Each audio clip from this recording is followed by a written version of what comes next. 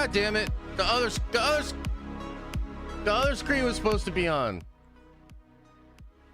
I was supposed to have a little time before the stream started. I was gonna sip my coffee, listen to the music, and chill.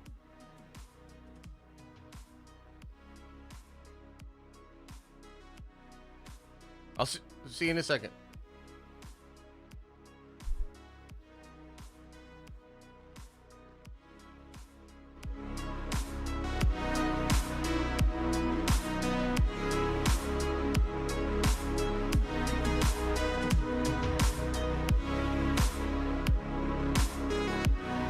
Yeah, I'm sipping my coffee right now. Relax.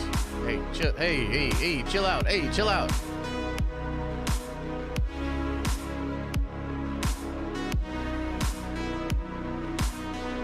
Hey, chill out. Hey, chill out. Everybody chill out. Why can't I sip and chill with you guys? I mean, I guess that's a fair point. Shit. I just wanted a second, you know? You ever just need a minute? Just need a hot second? Anyway, what's up, chat? Hope you guys are doing well. Welcome to the stream. Welcome to your Friday. Look, couple of things we got to get out of the way right away. Relax. A couple of things we got to get out of the way right away. I hope you guys had a good 4th. Hope you guys are having a good week. Now, there were a couple of things. There's a couple of things going on today. Okay, I'm gonna be real with you guys. It has been a horrible week for my insomnia. A lot of you guys know I've been struggling with insomnia over the past like 9 months. So here's the deal. I've got good news and I've got bad news. Okay, the good news is I did sleep last night. I got some sleep. Okay. The bad news is it wrecked me. And I took like a lot of like medication to try to flip your mattress. That's an interesting, why would that work? Or why should I do that? That's kind of interesting. The new dad insomnia is real. I feel you. Yeah, I mean, dude, it sucks. It sucks. I thought I had it under control for a little bit, but the main point is, I did get sleep last night, but I was on some medication, so I'm like drowsy as fuck, basically, and I'm just not on my A game. Flip your pillow? Now we're flipping everything? I don't sleep on a bed. I sleep on wood. Interesting. How does that work? Is that good too?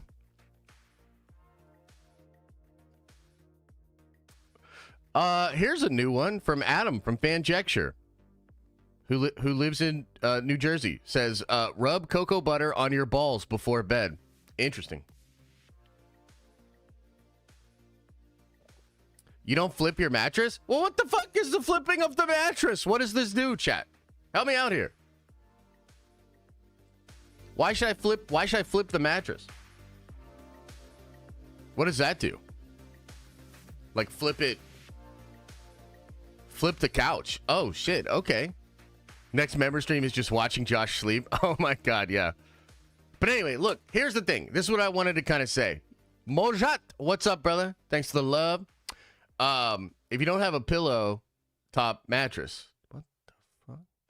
Den of flips. Flip the mattress. It's better for back support. Ooh, okay, that's interesting. Maybe I will flip the mattress. How do you not know this, Josh? Look, I know it might surprise you guys, but there are a few things I don't know. There's a few things I don't know about in this world. Okay? But look, here's the deal.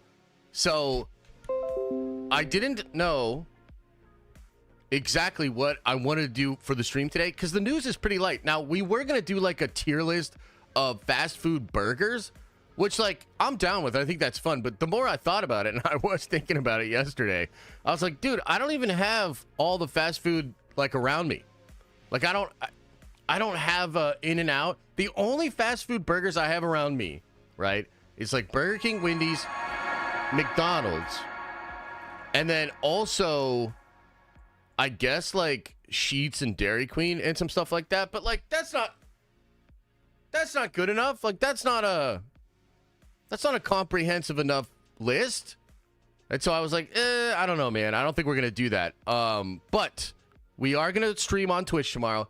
And I am going to be watching Morbius. And I want to do that like early in the morning. And this is number one because I just wanted to have some fun on Twitch, and I'm pretty sure we can get away with just watching the movie over there. Don't tell anybody. And also, I kind of want to experiment, and I want to experiment on how that works and what we can get away with over there, because I want to watch some other movies, like some MCU movies and stuff like that. So I want to test that out. I think we'll go live probably at 11 tomorrow, and just kind of kick it. Yeah, I'm thinking 11 would be good. But what I wanted to do today on today's stream, this is something that's been on my docket for a while and just didn't find the right time or the right day to get this done.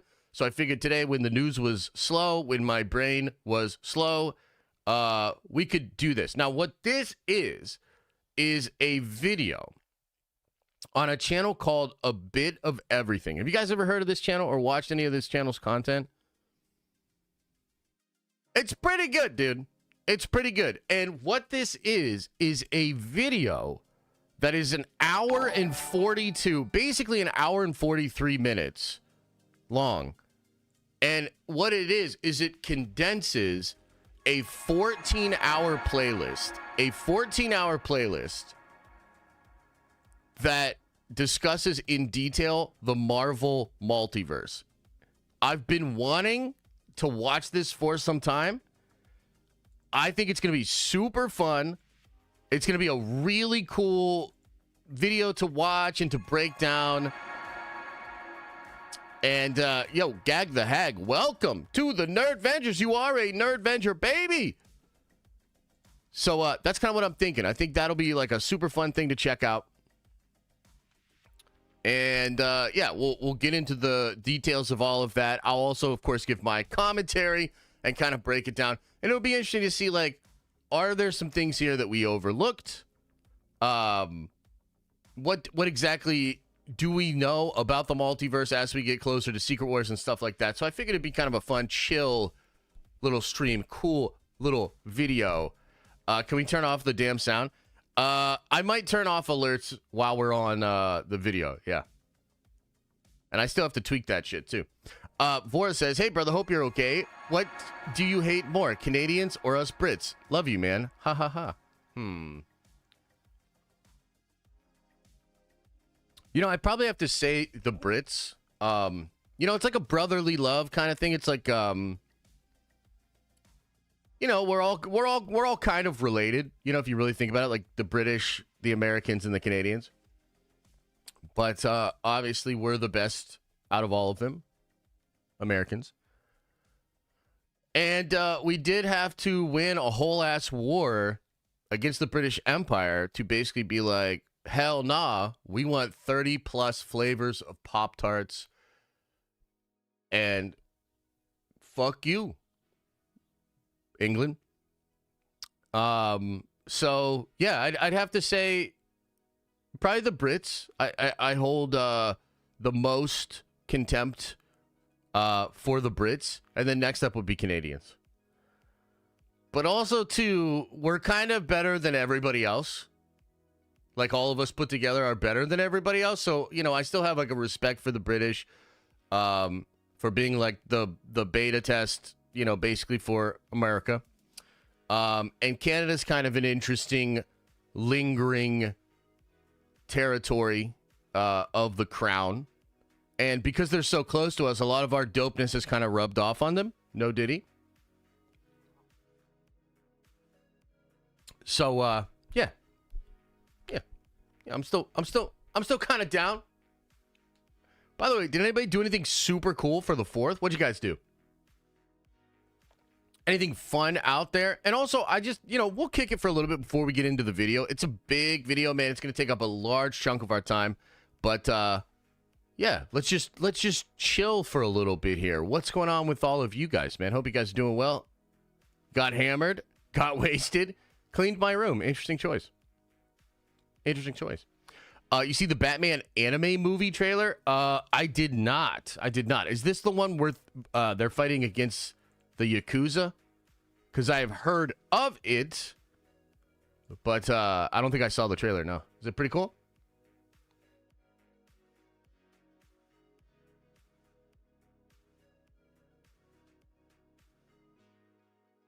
Pretty dope?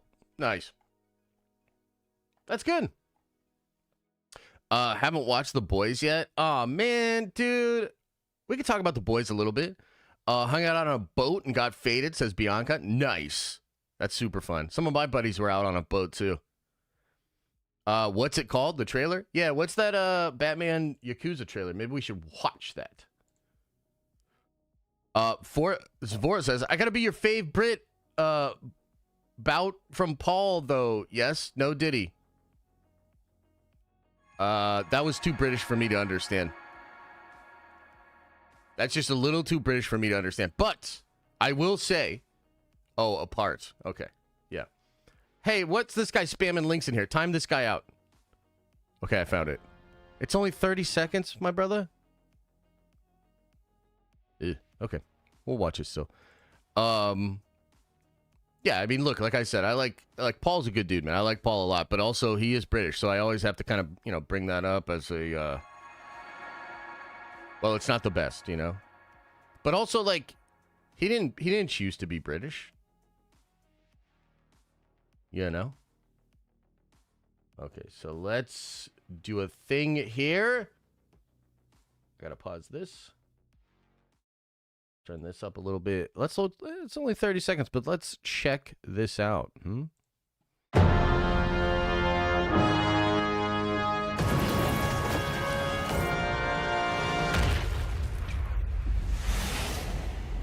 A world unlike any other. Ooh.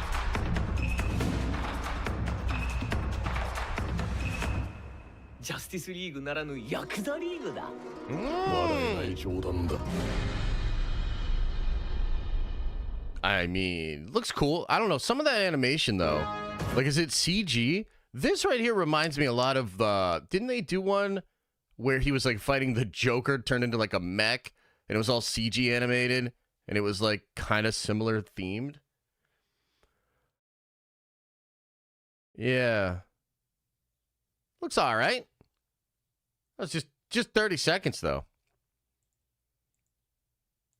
Some of the animation looks really good. Some of it's like, what?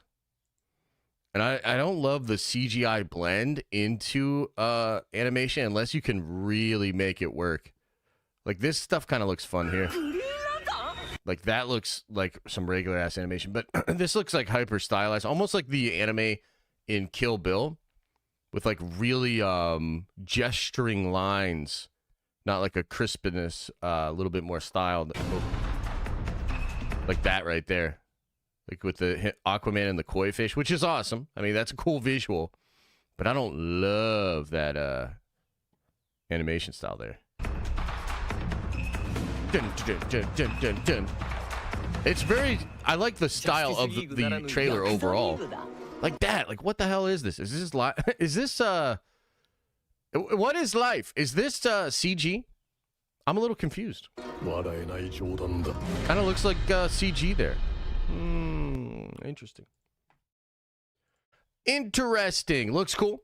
Yeah, what else is going on, guys? Let me just say, before we get into this video, and I will get this pulled up, because it's a long-ass video, and I kind of want to just get into it. We are crushing it right now on the members goal. So shout out to Chris and shout out to all of you guys for getting us up over 1,300 members. Really appreciate that, guys. So thank you for the love. Thank you for the support. Thank you. Thank you, everybody. Let me get this out of here. Pull this up over here. Oh, yeah, the Boys episode. Yeah, let's talk about the Boys a little bit, man. Dude. I don't know. What did you guys think of the Boys? I'll be honest with you guys. I'm kind of over the Boys, dude. Like, at least this season so far. Holy fucking shit. Jared with 50 gifted members? Jared! Jareth, what the hell? Is that a notification? Is Josh learning? Yeah, I'm trying. I'm trying over here. I'm trying to learn stuff. Holy shit. Holy mother-loving love of mothers. God damn. Thanks, Jareth. Appreciate you, bro. That's a big old chunk of members. My God. Jareth is actually Jeff Bezos. And he's got all the monies, basically. So that's what that's about. And he sold a bunch of NFTs before the market crashed. So he's just, dude, crazy, crazy good. Trent, what's up? What are you testing?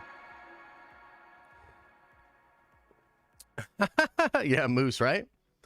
Jareth must be winning those races. Hell yeah, man. Appreciate you. That's very, very kind of you. Thank you. Scott, welcome back to the Nerd Avengers, baby. Appreciate you. Hey, look, Jimmy Neutron got a member. Look at all these people still getting members. My God.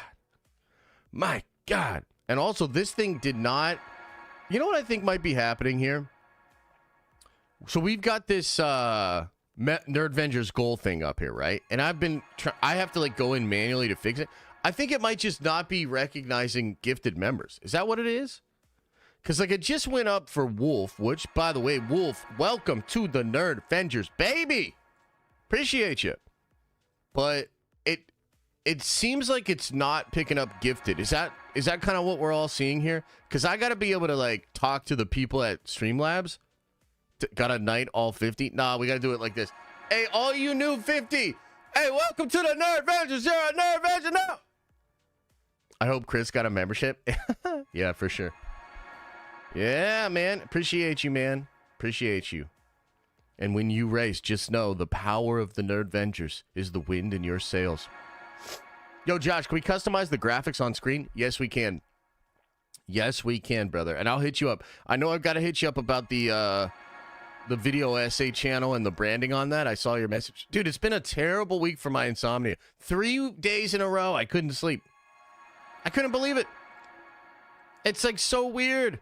I don't understand, man. It's like I feel like I'm starting to get momentum again. I'm feeling good at work. I'm putting out good videos, doing good streams. And my brain's like, oh, but you won't sleep this week, though. And I'm like, God damn it. Tomorrow night is 2 big races. Let's go, baby. Guys, what you need to do is you need to put your energy like you're giving up your Genki to Goku. And we need to get that Spirit Bomb energy to help propel Jareth to a victory. Maybe 2. That's what we got to do. Sleep when you're dead. That, you know, that is kind of the idea. That is kind of the idea. You know, I think that will happen for sure. Jedi Mike says, dropping membership is fun. GameStop giveaway in about 3 months. Love this 3-year Infinity badge. Happy 20th to my Lady Vengers.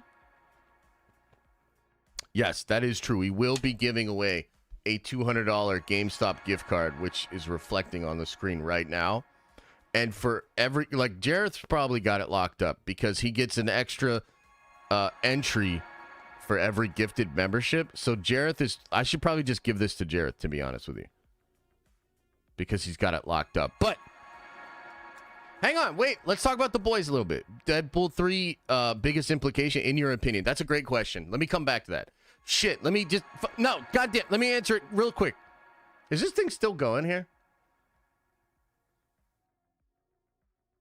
You see what I mean? Look at the thing. It now, so it has picked up the members, but it doesn't pick up the gifted members. That's why I have to keep going in there and adjusting it. Whatever, we'll figure it out. Okay.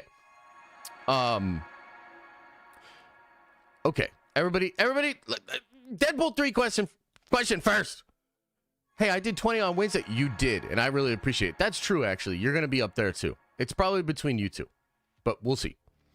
Okay, Deadpool 3 question. Just keeps going, huh? Hang on. Let's turn that down just a little bit here. Turn it down just a little bit. Hey, turn it down just a little bit there. But yeah, we can get some custom shit on there, make it look better. Maybe put some MCU gifs or something like that. Okay. This thing is just not going to stop, huh? So, with regards to Deadpool, I think one of the biggest reveals, which I have a really big, really cool video that I'm probably going to release today. If not today, tomorrow. It should release today. I actually should have released it like Thursday, but I was just brain dead.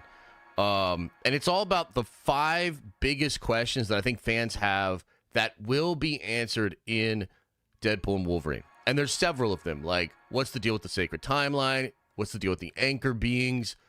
Another one that I put into the video, and I think this is what I would answer your question as, it has to do with the mutants. So it seems like the sacred timeline specifically does not have X-Men, does not have mutants. And I think there's a reason why. And I think that reason will be explored in Deadpool and Wolverine. So that's my answer to you. That's the one I think is like the most. I might have to turn this off because holy shit, this thing just keeps going. Here, I'm going to turn it off and let's see. Does it fix it? We'll see. But yeah, so that's basically my answer to you. Is that. And it's still going here. Still just doing its thing. I turned it off and oh, okay. So we're just, it doesn't matter if it's on or off. That's cool. That's cool. Okay. That's good to know there. Yeah. Hell yeah. Okay. Anyway, dude, this is crazy. This shit just won't stop. John says, warms my heart to see the West Coast declare war on Canada on Independence Day. Hope everyone in the U.S. Had a good day. The 4th, Nerd Revenge for Life, take my money. Yeah, you know, it was funny, man. I didn't really watch the video. Did y'all watch that video? Holy shit, I gotta turn the volume all the way down. Oh my god. Did you guys watch the Kendrick video? Is this I turned it down, but is it still, if I turn it all the way, let's kill the audio completely. Watch it like still go. We'll still hear this thing. Okay, anyway. So I didn't watch it, but I've seen like some clips and some parts of it and stuff, and like, dude, Kendrick's just a psycho. Drake totally fucked up. Kendrick's an absolute psycho, and I don't know if Drake's ever gonna live this down. We'll see. You know, he's got to put some time between it. But it was super crazy that he would literally put this video. Like, the psychology of Kendrick is crazy. He's like, he reminds me of Stanley Kubrick, where I'm like the levels and the layers of that this dude is operating at is like, I've never been so petty in my whole fucking life. I've never been so petty in my whole fucking life to like try to break down somebody in such a surgical way and put so much of my own time and energy and creative power and force into it. But do you guys realize he dropped that on July 4th, the day that we declared independence from actual colonizers? And he's treating Drake as a colonizer. Drake is also Canadian, connected to the crown. Like, there's fucking layers to everything that he's doing.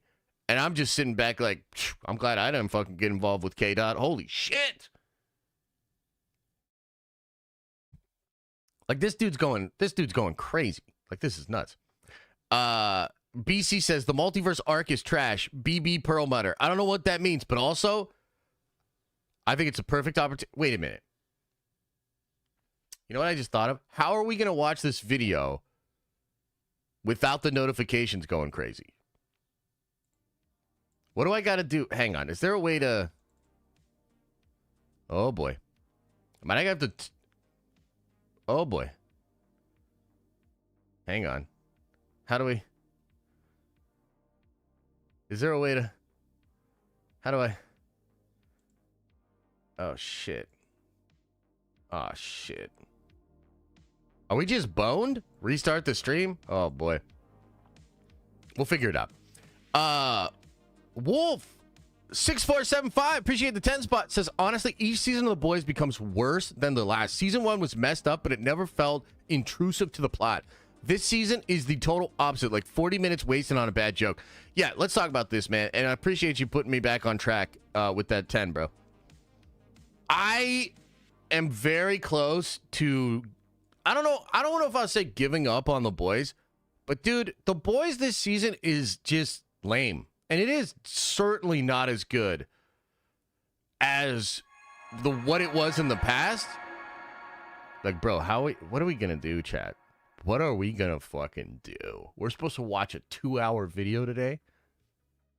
Is it just gonna be like notification spam?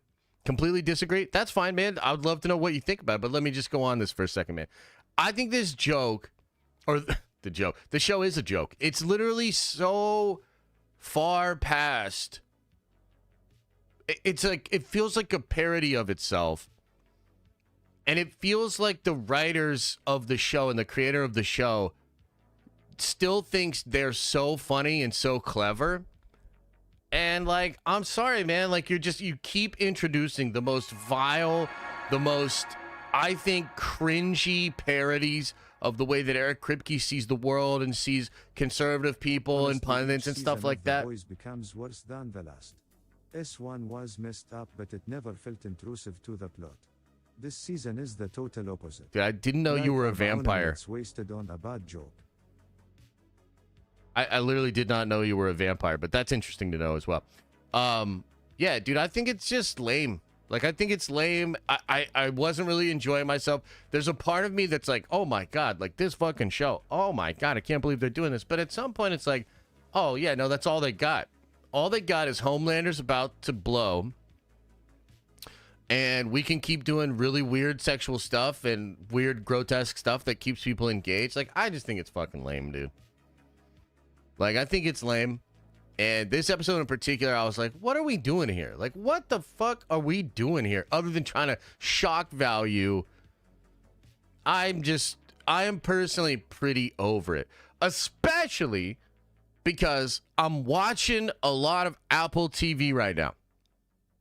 Okay? I'm watching a lot of Apple TV. And holy shit, Apple TV has some gems. Production value, writing, even like the CG. Dude, it's amazing. It's amazing. And you watch that stuff and you're like, holy shit, they're putting on a clinic here. Like, we've been digging into Foundation, which Foundation has some issues. I don't like it as much as Dark Matter, but you can't deny it's like, holy shit, this is a force of nature. And I didn't know David Goyer was super involved in this. It's really interesting to watch what they're doing with Foundation. Dude, The Boys is whatever, bro. I'm serious. I'm just being dead ass. I don't know if it's just because I'm getting older or because I'm a dad or whatever. But I'm like, I'm watching The Boys and I'm just like, come on, man. How much of this? It feels like that subreddit, like, I'm 13 and this is so edgy, right? It feels like just that energy. And it's not really getting past that energy for me. I frankly did not really enjoy the last episode. I'm still hold out, right? Because I want to know what's going on, what's going to happen with Billy, what's going to happen with Homelander, what's going to happen with Ryan. But the episodes like this that particularly like leave that arc alone, I find to be so lame, so boring. I think Eric Kripke is a weirdo, and I don't know. I don't know. Those are my thoughts, chat. Those are my thoughts. Those are my thoughts. What do you guys think? Like, did you guys really, really love it? Like, I would love to talk to somebody that really loved The Boys. And I just want to know, like, what is it? Like, do you love that kind of shit? Like that edgelord shit? Because, like, edgelord stuff can be great. But I'll tell you, if you have ever read Berserk, if you guys have ever read Berserk or maybe watched the anime, brain not work good. If you ever watched Berserk is edgelord, but it feels like there's a point to it, and it feels like there's this weird esoteric mystery that's being explored during the entirety of that show, and the anime and the manga. The Boys, to me, does not feel like that at all. The Boys feels like some guys had a hit television show. They love a certain aspect of it, which is obviously a part of its popularity. And they just took it way too far. Way too far. And, yeah, just don't like it. I disagree. It's just like the comics. Yeah, but, like, what? So what do you mean you disagree? And how does it being like the comics make it good? Like, I don't know. Like, what are you saying when you say that? I'm just. What are you even saying? They need to focus on Butcher versus Homelander. Yeah, totally. It's nothing like the comics. Well, frankly, I haven't read the comics. I know what happens as far as like the Black Noir thing. I know certain aspects of the comics that were worse. I know certain aspects of the show that are, you know, taking it to another level. But real talk, man, I just think the Boys has become a parody of itself. Like, none of this shit is funny to me, dude. And, like, none of it feels clever. Like, it's faithful to the source material. Okay. So that, and you like the book, so you kind of like them doing it. Is that kind of what you're saying? Worst comic adaptation, and that's a phenomenal thing. I love it. That's an interesting take. Would love you to explore that a little bit more. Brandon! Welcome to the Nerd Avengers, baby. Welcome back, baby. I feel like we are in a nerdy, dark age. MCU slipping, Star Wars where it is, DC is wait and see at best. Yeah, I think there's some truth to that. Look, for me, man, this is why I'm so excited about San Diego Comic-Con. Marvel's got to fucking set the tone and really, like, shake fandom back into being passionate and excited and interested. And we'll see. You know, the jury is still out, obviously. I'm a fanboy. I believe in Kevin Feige, and I think they're going to be able to do it. But there is something of like a fandom fatigue. And, I mean, dude, you could talk about this for a long time. Part of me thinks this is why anime is popping off in the way that it is. Because a lot of Hollywood and fandom in Hollywood over the last 5 to 6 years, you know, it's been kind of uncreative. It's been kind of draining. It's become super formulaic. And there's a lot of stuff that I think fans are disengaging on. You know what I mean? And anime and manga is kind of feels fresh to a lot of Westerners. And I think that's kind of part of the rise, why people are so into it. Yeah. But we'll see. You know, we will see how it all shakes out. I mean, look, at the end of the day, there's still even hope for Star Wars. I don't know if there's hope for Star Wars in the next couple of years. You know, we'll see.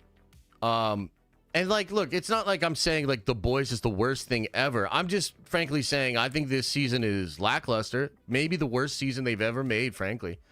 Even though there's one thread that's really interesting, I'm not enjoying this show. You know what I mean? Like, I'm just not enjoying it. And maybe I'll really enjoy the finale. And there's a story there that's so interesting with what they've done with Homelander that I am interested to see how that's going to play out. But yeah, I don't know.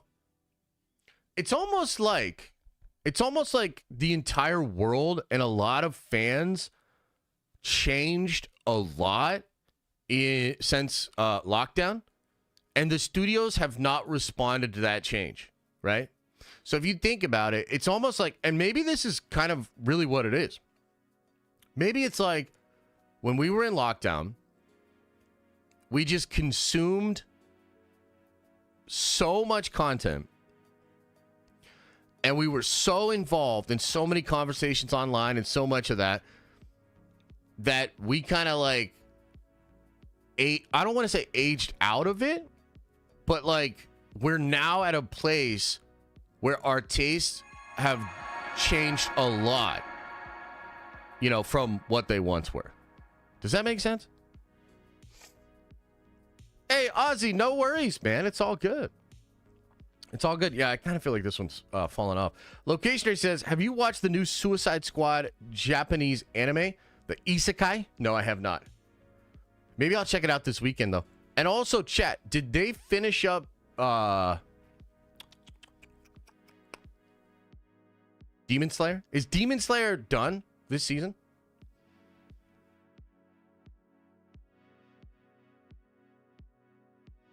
Because I definitely want to watch all that. Okay, I think we've got, it's not done yet? What? Okay, let's get this set up, guys, because we're going to be here for a while, breaking down this video, actually. Okay, so. Came the Celestials. Oh, boy. Okay, couple of things that I want to say here. Again, this is a video. I have it linked in the description. And I think this guy does incredible stuff, but especially if we watch this video and we're like loving this video, we've got to go give this guy some love on his channel, man. Like, I'm talking about subscribes. I'm talking about, I think he has channel memberships, you know, hit him up in the comments. You know, this is incredible. If this thing is as good as I've heard it is, this video here, we got to go give this guy some love, man, because this is awesome. And I think it's actually going to educate us. Wait, what the hell? I think it's going to educate us on the multiverse. Okay, so we're going to start this whole thing over here. It's a long-ass video. This video is an hour and 40 minutes. Oh, you know what? I actually... Hang on. Let's go here. Yeah, that's fine. That is fine there. And we got to get into this thing, okay? Hello, MCU fans. Hello. Today's video is going to be a relatively short history of the multiverse. Oh. Deadpool and Wolverine will be here before you know it, and so I thought this video would help prepare for the movie's arrival. Yeah. So I do have a playlist of multiversal videos out there. There's 26 total, stretching all the way back to a year You got to ago. put some gambling Some on? of the videos get 2,000 to Okay. 3,000 views, some as many as 80,000. So clearly this is a topic of interest to folks. Yeah, it's an hour and 44. Yeah, that's why I said it's a two. This is going to be a 2+ hour because I'm going to add a lot of commentary here. Yeah, we can turn it up. We're talking about a 2+ hour commentary on the MCU Multiverse. How's the audio right now? Folks. But if you were to watch Oh my every God. video in this playlist, it would take 14 hours. Yeah, so that's kind of, dude, the whole playlist is 14 hours. I heard about this. People were talking about this on Reddit, okay? And at first, I was like, dude, I could watch all 14 hours. And I was thinking about it. I was like, dude, we could do a stream. We could do like a Twitch stream and try to get through all 14 hours of this shit. And then I was like, wait, no, I'm not insane. I'm not a crazy person. Boom, there you go. Some gambling. And also, let me drop some coinage to everybody. Okay. Bada boom. Bada bing. Granted, there's 480,000 views across all the videos, but 14 hours is just too much. So I have tried to condense it down as much as possible for this video to give you the history of the multiverse. Now, to talk about it, I'll be mentioning plot points from the movies and shows, and that means that there may be some mild spoilers, but then everything... I just want to touch on this before it gets lost in the gambling. John says... John's Honest Take says, the problem is that Hollywood is doubling down on the culture war. They forgot how to write good, engaging stories. Anime is so far unaffected. Yeah, I think that is part of it, man. And it's like, look, this whole conversation gets me into a bit of trouble because I think nuance gets lost on the internet. I'm one of those people, I continue to try to say that there's actually a lot of people that are like me where they don't feel too strongly about the culture war, really, but they're just fucking sick of it. Like, not even like, I'm not an anti-woke, like, anti-SJW person, but I am sick of seeing that shit. And I am sick of people injecting that into the... maybe just because it becomes super flagrant, the conversations are super fucking annoying, everybody just digs in. And also, I'm sorry, there's not a lot of people in Hollywood, there's not a lot of creative forces out there that actually have a nuanced take on this. And a lot of them live in worlds that are completely isolated from what the average person deals with. Most normal, average motherfuckers see this stuff basically for what it is. And we're really sick of this conversation being injected into the media. It's like we go on Twitter, we see all of you people fucking arguing. It's so fucking annoying. And then we watch a show or we watch a movie. We don't want it to be Twitter. We just want it to be chill. Thing has been out for a while now, so it shouldn't be an issue. So without further ado, let's dive right in and see what we can find out. Don't forget, we have a June contest running all month long. Be a subscriber, leave a comment. You could win a book or a steelbook.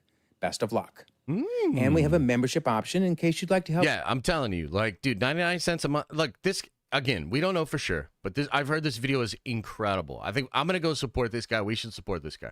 Me with my goal of doing this full time one day. But honestly, no matter how you support the channel, it's all greatly appreciated. Leaving comments, liking videos, and subscribing, those things go a long way too. So thank you so much. So this video will be broken into 12 chapters, and I'm not going to read all these. You can pause if you want to, but I just wanted you to see we're going to start with the beginning of the multiverse and go all the way to present day. Cool. So, chapter 1, the beginning of the multiverse. 1.5? I don't really want a 1.5 the guy, man. I'm sorry, just buckle in. And also, here's the thing. maybe you guys won't be able to be here for the whole stream. Maybe don't want to be, but I will probably do a video that recaps this. And so maybe I'll throw that up on the channel as well. So I'll do a little recapped version of it. But we're here to get edumacated. Multiverse. Now, I love this graphic from the Eternals movie because it gives us a nice, concise history of creation. It says, in the beginning, before the 6 singularities, and that's a key word, and the dawn of creation, came the Celestials. We also learned from Guardians of the Galaxy Volume 1 that the Collector says, before creation itself, there were 6 singularities. There's that word again. And in Thor the Dark World, Odin himself says that there are relics that predate the universe itself. And in this case, he's referring to the ether, which was in its original form a singularity. So what is a singularity? Well, universe today tells us a curvature singularity is best exemplified by a black hole.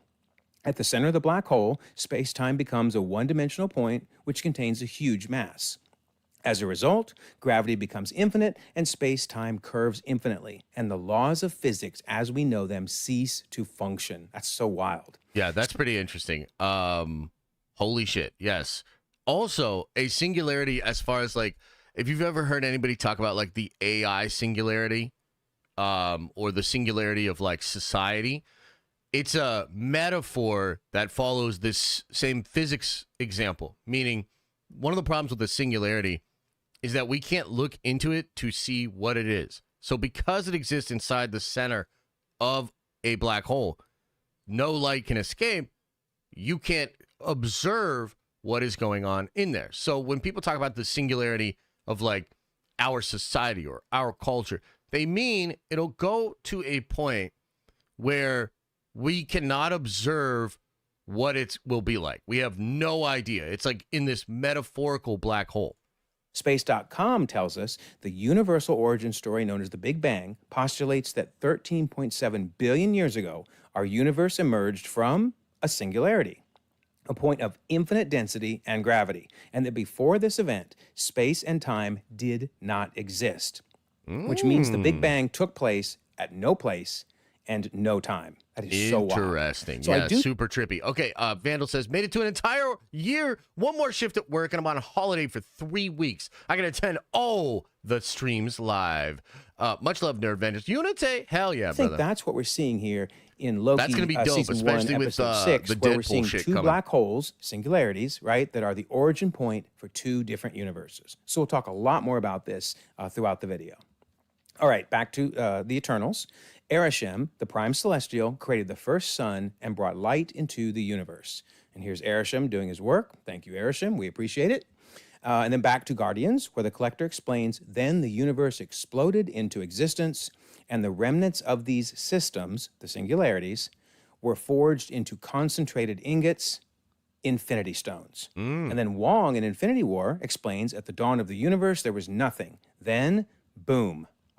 The Big Bang sent 6 elemental crystals hurling across the virgin universe. Then back to Eternals to wrap things up. Now life began and thrived, and all was in balance. But this is how we got one universe. How did we get the multiverse? I also just want to say, and maybe he'll touch on this too, but there was a book about the complete and total timeline of the Marvel Cinematic Universe. I believe I purchased it last year, maybe earlier this year.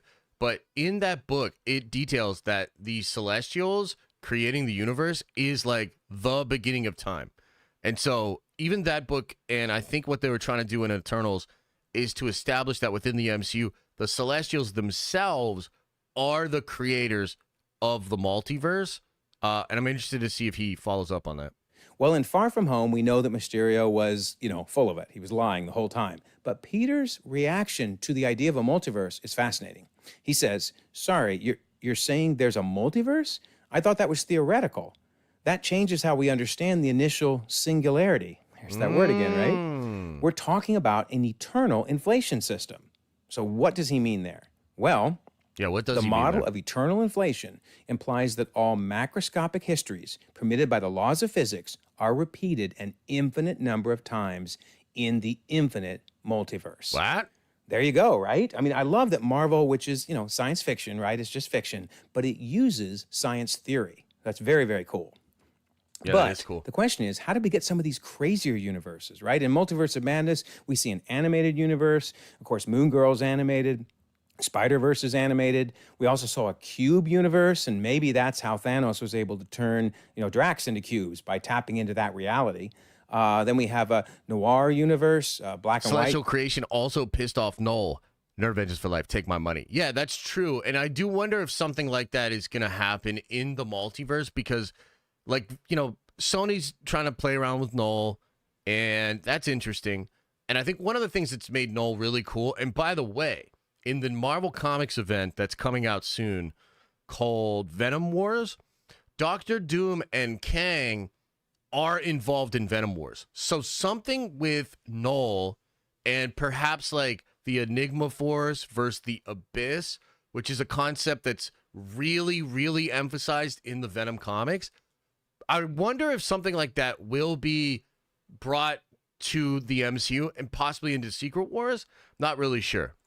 Universe, and then the Paint universe, right? I love the Paint universe, my favorite universe. Let me live one day in the Paint universe, please. That would be so much fun.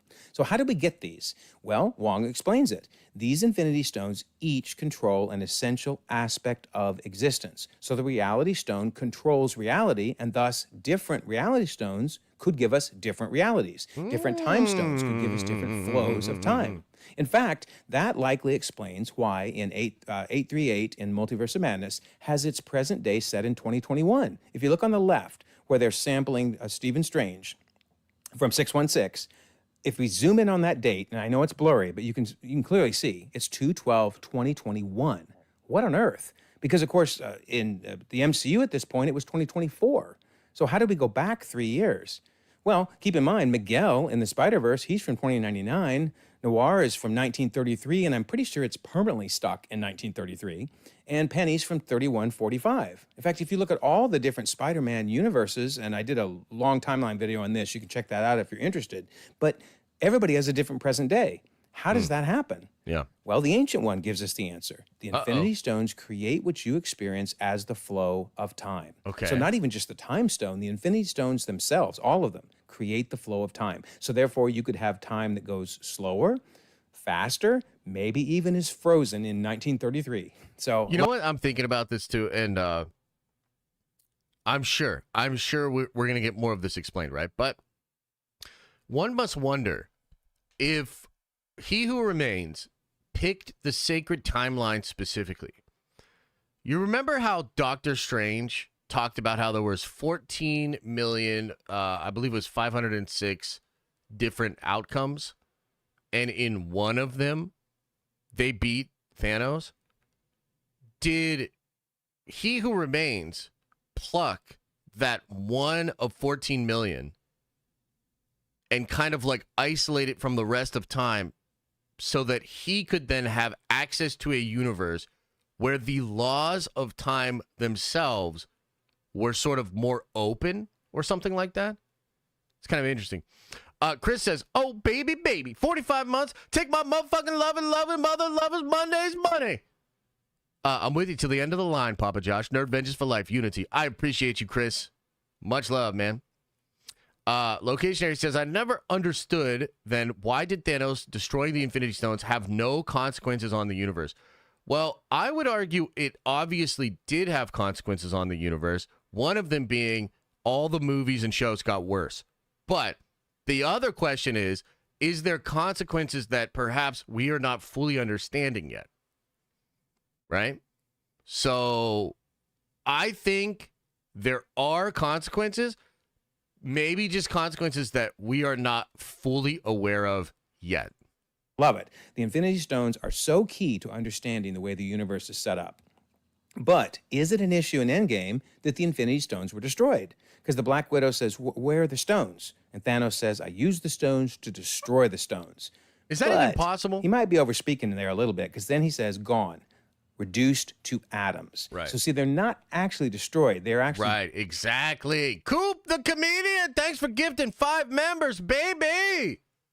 Appreciate you. Broken down to their atomic form, but they do still exist, which shows how powerful the Infinity Stones are, that they can still function even driven down to atoms. Crazy. Interesting. Yeah. All right, so I kind of like this working model of the multiverse, and we're going to come back to it throughout the video to make sure it really works with everything we learn about the MCU. Okay. But just with what we know already, All right. you have multiple big bangs, right? Yes, The eternal yes. inflation system Peter described. Each creates its own set of infinity stones, which then determine reality, like Yeah. paint, cartoon 838616. Okay. And thus a universe. And then off that universe, we have branches. Now, Mm.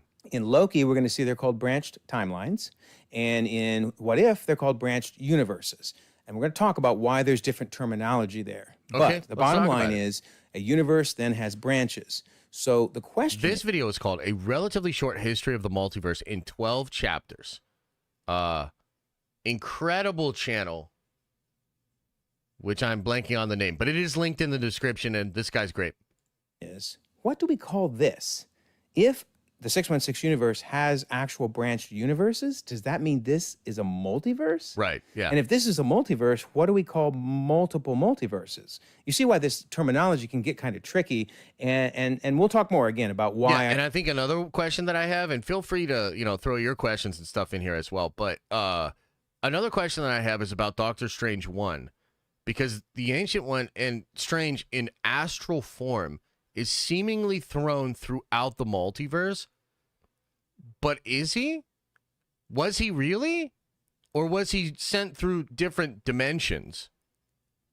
And what's the difference between dimensions and universes? Does it have to do with something like this? Like, was Strange sent through branches of a timeline that makes it all more accessible? Yeah. I think Marvel has maybe made it harder than it needs to, but also has the answer for us. All right. Another thing that people bring up is, do we have one origin point or multiple origin points? In a way, I don't know that it matters that much because the end result is the same. You still get multiple universes. So if you're someone that feels one, origin point that then branches off into many is the way to go, that's fine. I'm going to keep this image because I think it just shows this overall picture really well, but I'm not against one origin point for the entire multiverse. Okay, so let's look at some standard multiversal definitions, and again, we'll see if these apply as we go through the video. So a timeline, that's a chronological arrangement of events in the order of their occurrence. Okay. A universe is a four-dimensional space consisting of 3 dimensions of space, And time. length, width, height, and then 1 dimension of time. Okay. So really a timeline is an integral part of a universe. It's one of the 4 dimensions. Multiple multiverse is usually called an omniverse. Yes, and I think there is an omniverse in Marvel. The problem is, I think the omniverse in Marvel is something like it takes into account the DC universe, like all the different universes. I'm forgetting where the omniverse is involved. I think it might even be in for Avengers Forever, the original. But yeah, that's absolutely a thing. Then there is a base or alternate universe. That's a universe that has its own origin point, its own Big Bang. Versus a branched universe or branched timeline, because we'll see both terms used, is a universe that is anchored to another universe at the point of divergence. That's a nexus point, and we'll learn about that. Branch universe. And then a multiverse is a base universe and its branched universes. Okay. Then the question is, what do we call multiple multiverses? Well, at least in the comics, they refer to it as a megaverse. Now, that has never been used in the MCU. I'll be interested to see if they do, but often the MCU trails the comics a bit. And this term was introduced in the comics not too long ago, so we'll see whether Marvel ultimately goes with it. I wonder if that's something that was introduced in some Al Ewing stuff, right? Where he's doing the crazy stuff with like the first firmament and Eternity War and stuff like that. This or not. But so these are just some helpful terms. At the end of the day, we really need to figure out, what do we call this? So let's take a look over at the Spider-Verse for a minute, because I find this fascinating. Miguel in the Spider-Verse says this is everything. And he shows this branching structure, which looks very much like Loki's branching structure from Loki season 1. Yep. But then also, now flipped up, it also looks like a tree from Loki season 2. Yep. So kind of, it's somewhere in between the two, right? But anyway, he says, and these here, and shows these red lines, he says, this is all of us. All of our lives woven together in a beautiful web of life and destiny. And that's from the And comics. Miles says, the Spider-Verse. And Miguel's like, no, it's called an arachno-humanoid poly-multiverse. But notice what he called it there. Poly, meaning many, multiverse. Many multiverses. Yeah, that's a megaverse, right? I mean, again, everyone's dancing around this term. It'll be interesting to see if it gets used or not. But the concept is still there. In fact, I think that's what Miguel is talking about right here with the Spider-Verse. We have Miles' universe, Spider-Gwen's universe, Peter B. Parker's universe. Each of those universes have branches, but tying them all together is the web of life and destiny. So we'll see. I don't know whether we're ultimately going to get this megaverse term or not, but terminology should not hinder us. It's the concepts we really need to focus on. And it is kind of interesting, too, that, we had that rumor come out a couple of weeks ago about Miguel and how Miguel was going to be working with Kang. This is something that Sony and Marvel were working on together. They abandoned it, likely because they are going away from Kang over at Marvel, and also Sony wants Miguel for their own shit. So Miguel in live action is coming as well, probably connected to the Knoll stuff, right? But it is interesting because when we look at Across the Spider-Verse, we know, because we looked for comments around the time, that that branch was intentionally brought in by the Spider-Verse team after consulting with Marvel. So those connections were purposeful. And it's fascinating because there's this idea of like connection between the multiverse and the idea that if certain things do not happen, the multiverse itself will begin to collapse. This rings very similar to what we see in What If, with a, what do they call it? A moment in time that they can't change. And that's why that Doctor Strange destroys his universe. Fixed moments in time, I think. And I think this is something that's going to come up as well. But these are all things that were in play while the creators were trying to make sense of this. So, where did some of the confusion come from? Well, I find this interesting. Michael Waldron, who wrote Loki, Multiverse of Madness, and will be writing Avengers 5 at a minimum, maybe some of the others, in 2021, said this really interesting statement when talking about nexus points and branches. He said you could literally say they're all different universes, in a way, different timelines. So, even back in 2021, we were seeing universe and timeline being used interchangeably. Interesting. But if you think about it, sacred universe doesn't sound as cool as sacred timeline, right? True. So I think they opted with the timeline wording in Loki because it just fit better. Then we look at What If. So this article also in 2021, A.C. Bradley had something to tell us. She's the main writer of Loki season 1 and 2. She said, when you're writing animation, you're writing so far in the future that you can't think 4 years down the line. The Doctor Strange episode, that best one from season 1, such a great episode. So good. She says, I wrote it in February 2019. I think I should have called Nexus Point instead of Absolute Point, but the Loki scripts weren't even written yet. So that animatic locked before Loki even finished their scripts because you're always writing about 2 years ahead in animation. It's kind of intense and insane. So the key I want to show here is they're admitting that they actually had to write What If before Loki was even written. Yeah. So the fact that some different terms are being used makes some sense. But also, too, and I don't know if he's going to touch on this, but this is why it's kind of fun, right? Because I can add the context of all of the coverage I've been doing. This was also an episode that Kevin Feige was heavily involved with.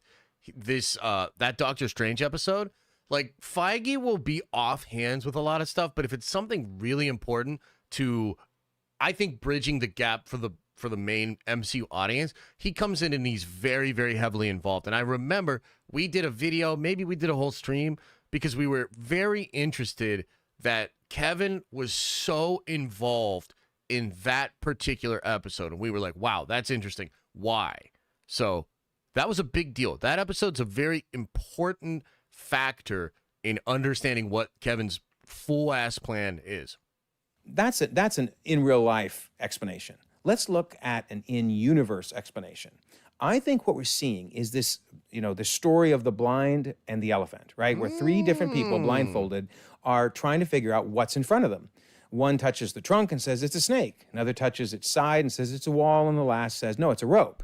Because each of their own experience is rarely the whole truth, right? Well, I think that's what's happening with everybody describing the multiverse. I mean, He Who Remains was lying most of the time, right? But Peter, the Watcher, Reed, Hank, Doctor Strange, all of them are only seeing a piece of the bigger picture. They're trying their best to describe it, but they're only seeing their experience of the multiverse. It's kind of like how the Infinity Saga was this slow reveal. I mean, we didn't know that Loki's scepter was the Mind Stone for a while, quite a while, right? And that the Tesseract was the Space Stone. We knew them as the Tesseract and Loki's scepter. And then years later, really, is when we finally realized all the pieces coming together. I think that's what's happening with the Multiverse Saga as well.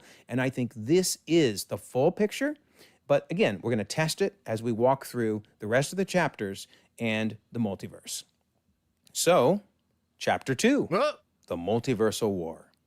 So, He Who Remains explains that he met his multiversal variants and that they came from universes stacked on top of his own. That is such an important statement to understand. I agree. So that's really cool, and I'm sure he's going to go into this, but this is one of the things I loved about Dark Matter. There's an explanation in that show that the entire breadth of the multiverse is actually not open to any one person. And when they go into a quantum state in which they can access all of the universes that they can access, it's because these are branches of them existing. So they have access to almost infinite things that are connected to them, but not the full breadth of everything that is possible in just quantum reality. So you really only have access to like a certain slice of the multiverse that kind of is adjacent to you, which I found to be really interesting. Number one, they came from separate universes. And number two, they weren't connected to each other. They weren't branched off each other. They were stacked on top of each other. Okay, so we'll come back to that more later. Also, we learned that they brought the best of their universes to improve the others. So who were some of these variants? Well, I think three of them were the three that we see in the post-credit scene in Quantumania. I say that because ultimately, He Who Remains ends up mocking those three via the Timekeepers. I'm pretty sure these three were meant to be those three from the post-credit scene. Here they are as animatronics, and again, he's just basically mocking them.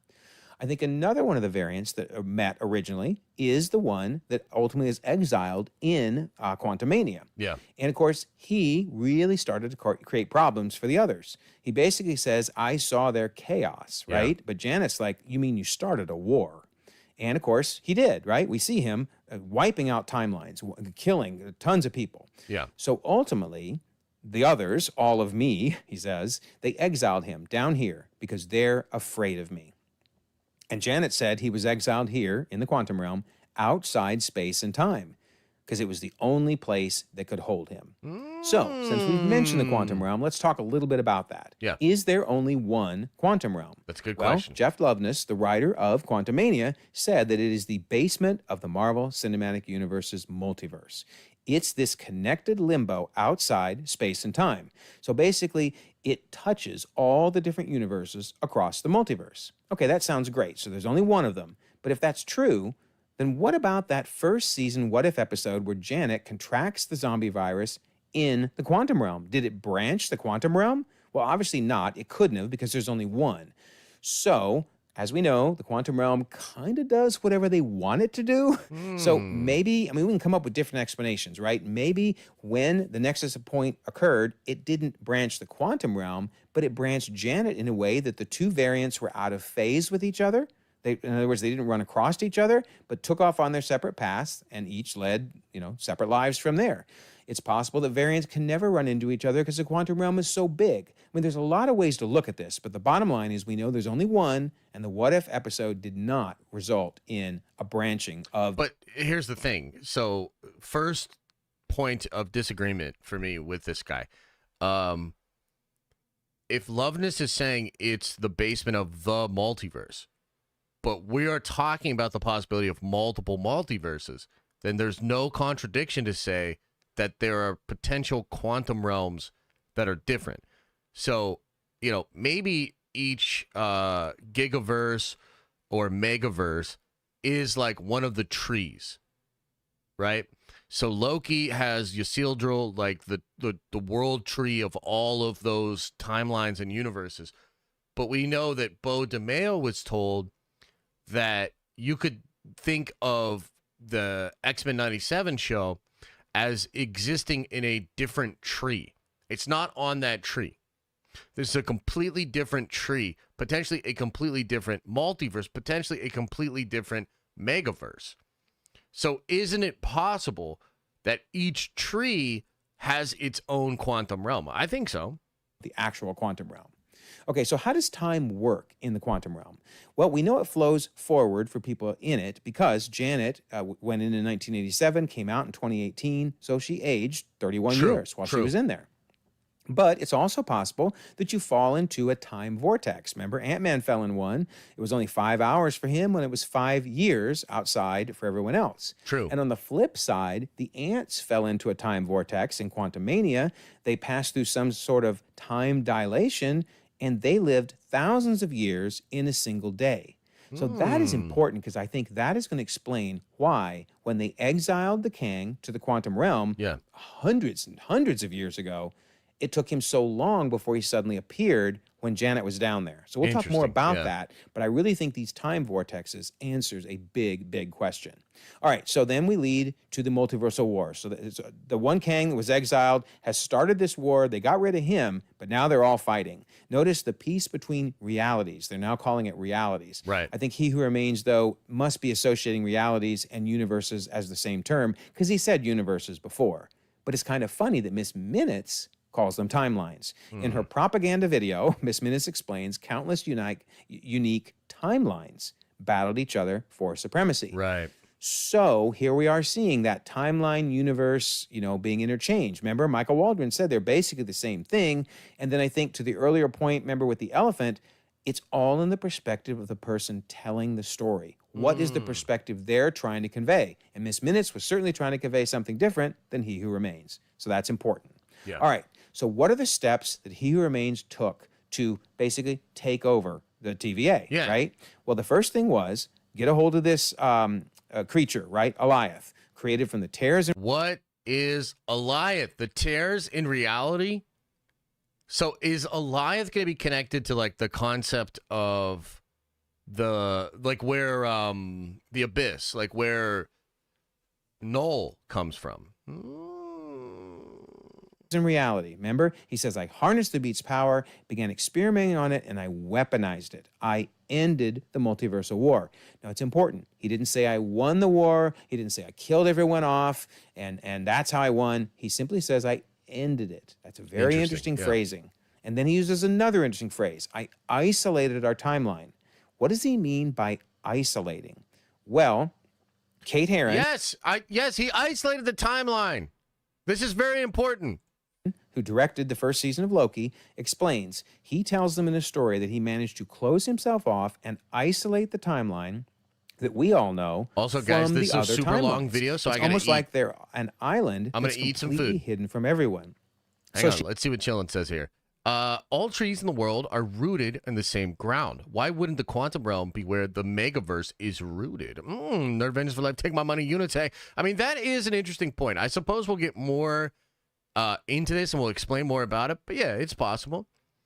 I just think it's just as possible that there's multiple of them. But yeah. She's really clear here, if there was any doubt. He didn't kill the other Kangs. He isolated himself from them. Very interesting. And he kind of hints at that here in the end of Loki season 1 when he says, you kill me and the sacred timeline is completely exposed. Multiversal war. Now, that's not entirely true because we're going to learn the Loom is still in place, even if he dies. And it has a failsafe. We'll get to that in a minute. But still, he's basically telling them the truth in that the sacred timeline will be exposed if the Loom is gone.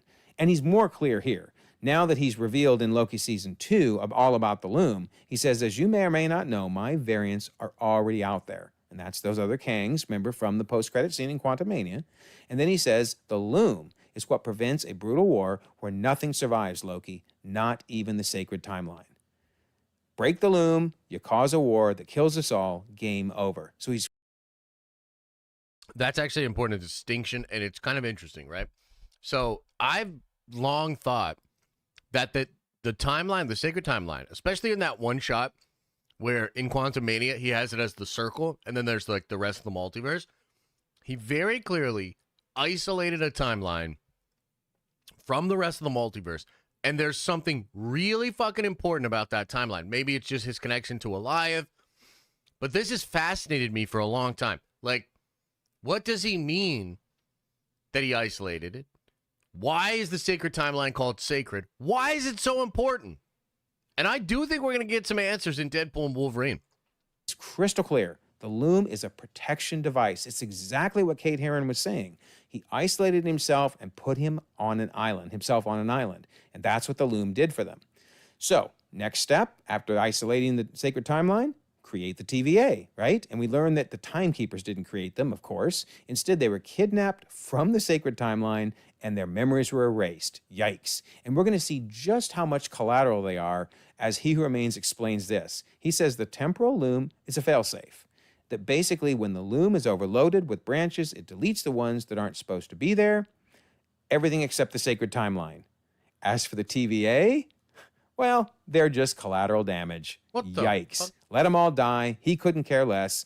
Look, it's no biggie. It's easy to rebuild. Yikes. So yeah, the TVA were totally expendable in He Who Remains' eyes. Okay. Step 4, after creating the TVA, now it's time to become the sole ruler. So he's talking to Ravonna, who helped him win the war. Ravonna helped him. Okay. But now he says, so it's almost ready. A utopia at the end of time for us. For all time, always. Right And before she he says, betrayed the her. TVA awaits our commands. Shall we go? He says, no, I'll catch up. It's been a long road. See you soon. And as soon as she leaves, erase all their memories. Yikes, Damn. including Ravonna's. So erase the TVA's, erase hers, and now he becomes the sole ruler. And then Okay, so let's talk about this. Okay, so Kang start understanding each other. They find each other. At first, they're building. Then there's a big multiversal war. Also, it's possible because the thing that's so weird, right, is like Kangs have access to all time, right? So it's technically possible that they all meet at one point, and then they start looking at the future. And because of the influence, it's possible that they could see in the future all of this just leads to a multiversal war. Maybe for certain Kangs, they're like, that's no big deal. Whatever, we'll sort it out. We can still keep the timelines there. But for this guy specifically, he takes a timeline, isolates it out.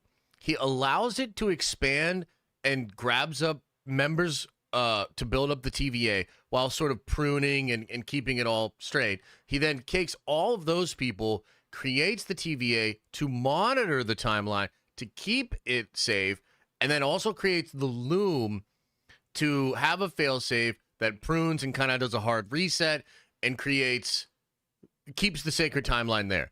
And this is all predicated on the idea that the sacred timeline is important to preventing the multiversal war. Interesting. Darboyd says, Nerd Vengeance for life. P.S. I believe in the Warhammer videos. I don't know what that means, but yeah, I like those videos too. I like Warhammer. Step 5, create a backup plan. So I firmly believe that he placed Victor Timely, young Victor Timely, which is a variant of himself, inside the sacred timeline as a backup plan that he could activate, kind of like a sleeper cell, right? And he had Miss Minutes ready to activate if necessary. Put this package in this window. That'll get Victor Timely activated and everything will be fine. Also, it's interesting to note that even the time slipping that he sent Loki through all throughout Loki Season 2, that was a backup plan as well. That, hey, who do you think paved the road, he said.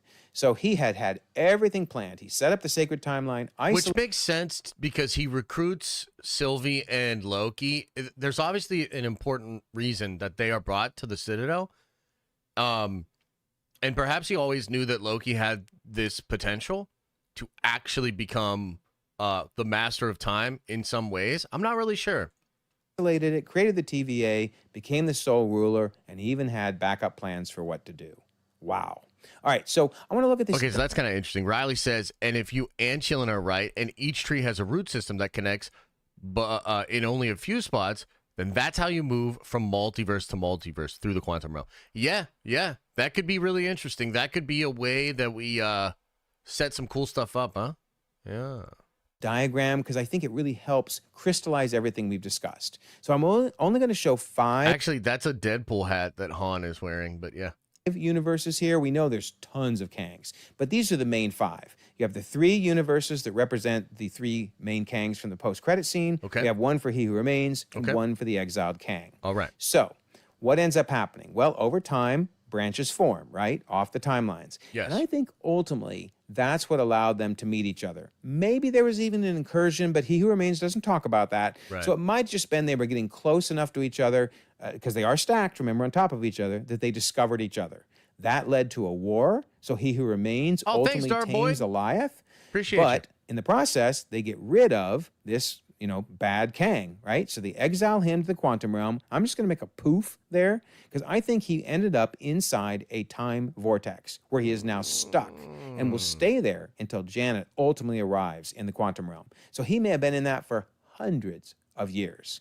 So then He Who Remains creates the Loom. So now he has isolated himself from the other Kangs. He then isolates the sacred timeline down to the Eric says, getting married tomorrow and just wanted to drop by and show my love for the Nerd Avengers. Appreciate you, Josh. Nerd Avengers for life. Hey, thanks, man, and good luck tomorrow. Hope it's a good ceremony. Make some memories, man. Just soak it in. Much love, brother. one main timeline that he can manage. And then he puts the TVA in charge and he heads off to the Citadel and hangs out. Okay. So that's basically the multiversal war and the result of it. So now we head on. Tim O'Brien, to chapter gifting number memberships, 3, baby. Life inside the protection Appreciate of the you, Loom. man. You guys So are for so this goddamn chapter, generous. we're really looking at the Thank Infinity you. Saga. And one of the questions that really came out of the Infinity Saga is, where did we get this 616 name? Where did that come from? True. Well, my guess is He Who Remains, when they were numbering the universes, landed buddy. on 616 for his universe. And maybe other Kangs came up with 1610. But you know how everybody loves to number things. I think He Who Remains ended up with 616. And he was quite proud of that number, so he stamped it everywhere. He had the TVA stamp it on all the video reels, like this one of Loki's life. Yep. It showed up on the timeline segments on the tempad. You can see there, 616. Here's 616 again, and 616 again. And I wonder if he's going to grab this, but at the end of Quantumania, they show that there's like a 616B, and that's where Janet and them are leaving the quantum realm to or something like that. we also see it showing up when there's branches. So 616.44u. Blah, blah, blah, blah, blah. And again, we see it here during a pruned timeline. Interesting. So does that mean that the TVA is aware that there was a multiverse? No, I don't think so. I think they were just told by He Who Remains, by the timekeepers, however you look at it. They were told, stamp everything with 616. They're a government organization, so they did what they were told. Simple as that. But I also think that He Who Remains may well have put his own Easter eggs, if you will, in the sacred timeline, like a signature of his existence. Wow. So Dr. Selvig, if you can kind of move out of the way. Great, thank you. So notice on his board, I think Dr. Selvig, doing his research, found some of those, signatures that He Remains. Dude, that's kind of fun, right? Like, not to say, like, maybe why is it the 616 universe? Because He Who Remains decided it was. As he was crafting this universe, he left a bunch of clues and Easter eggs in here. Maybe that's even why 838 finds it. Interesting. Left of the 616. It was a hint by He Who Remains. This is 616. I'm proud of it. I think also Selvig then theorized some other multiversal things. Notice he theorized the nexus of all reality, the fault, the crossroads, etc. So Dr. Selvig definitely was on to this idea that there could be a multiverse.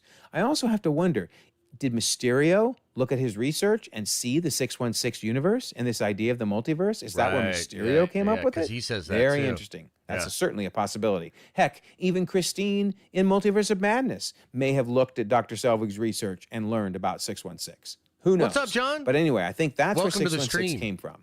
But a bigger question is, during the Infinity Saga, how did we have a multiverse? Right? Remember, the Loom is in place. They're pruning all the timelines. Yet, Ancient One is saying, who are you in this vast multiverse, Mr. Strange? Yeah. They're even showing us some visuals that kind of looks like timelines, right? His fingers turning into fingers, turning into fingers. Ugh, that's so gross. So, what is the explanation for this?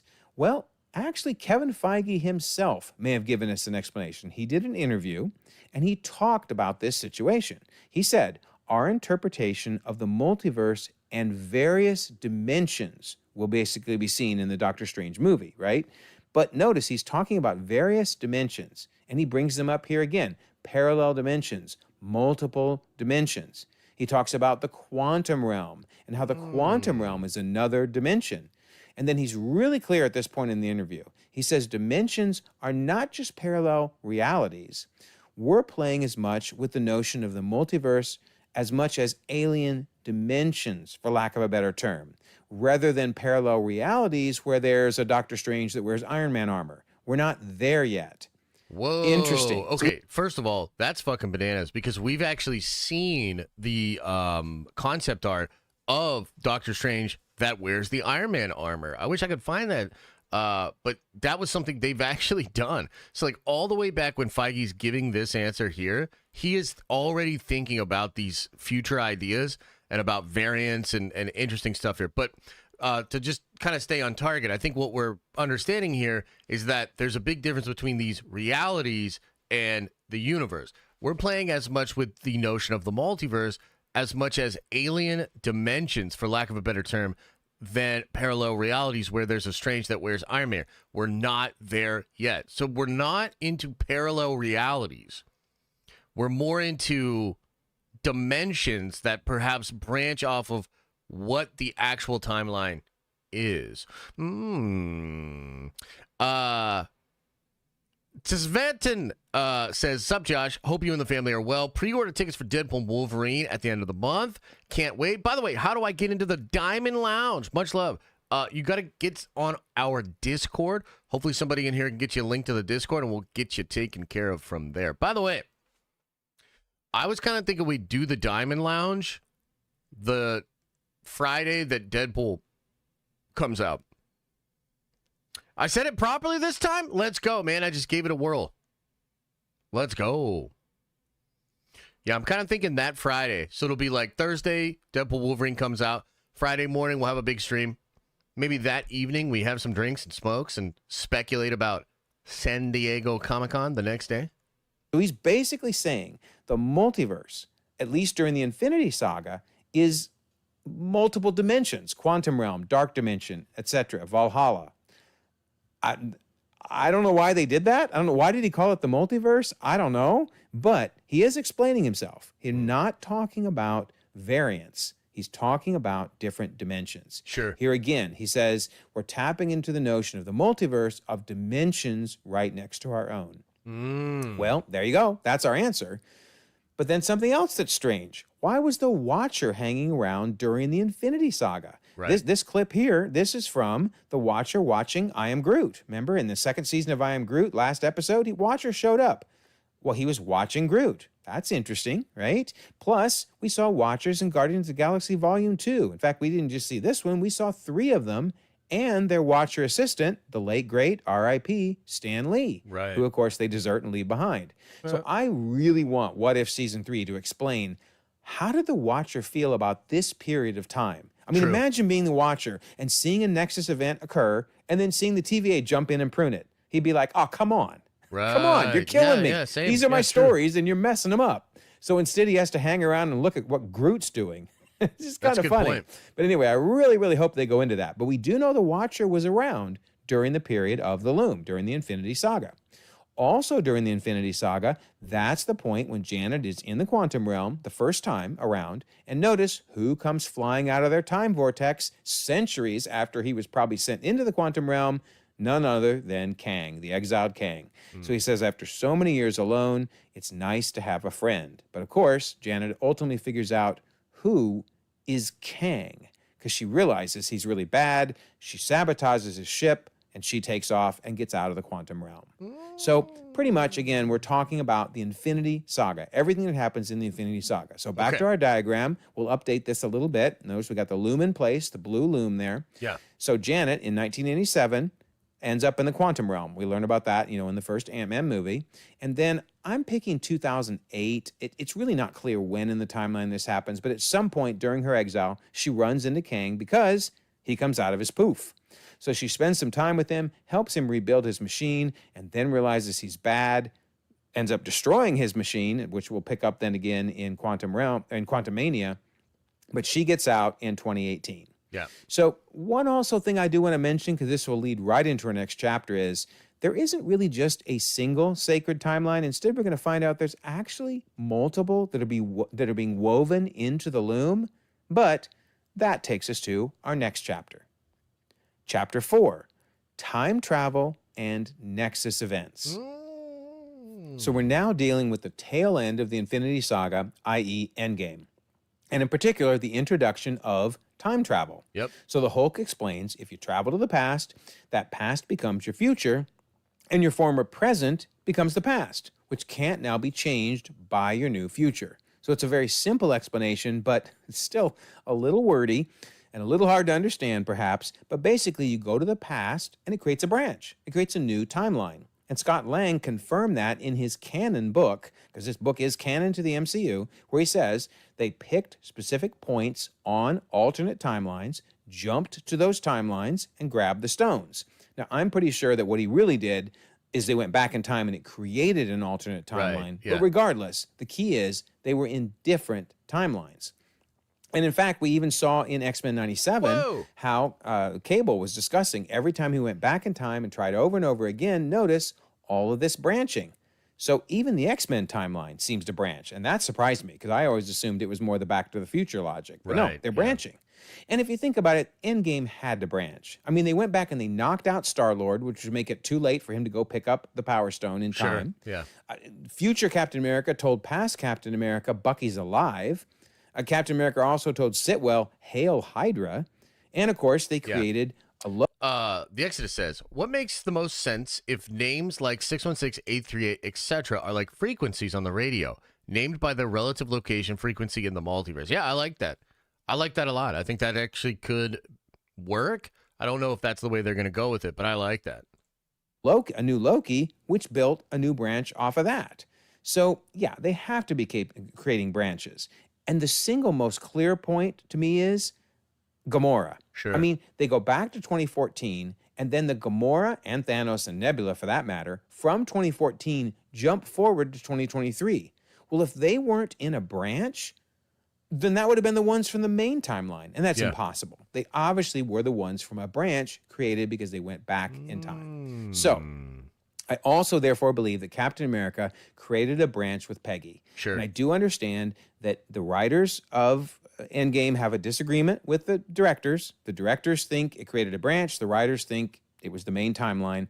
I hope Marvel gives us a definitive answer at some point. true. But for consistency, I don't see how this couldn't have also created a branch. Right. But then the question is, how do you get back to your own timeline?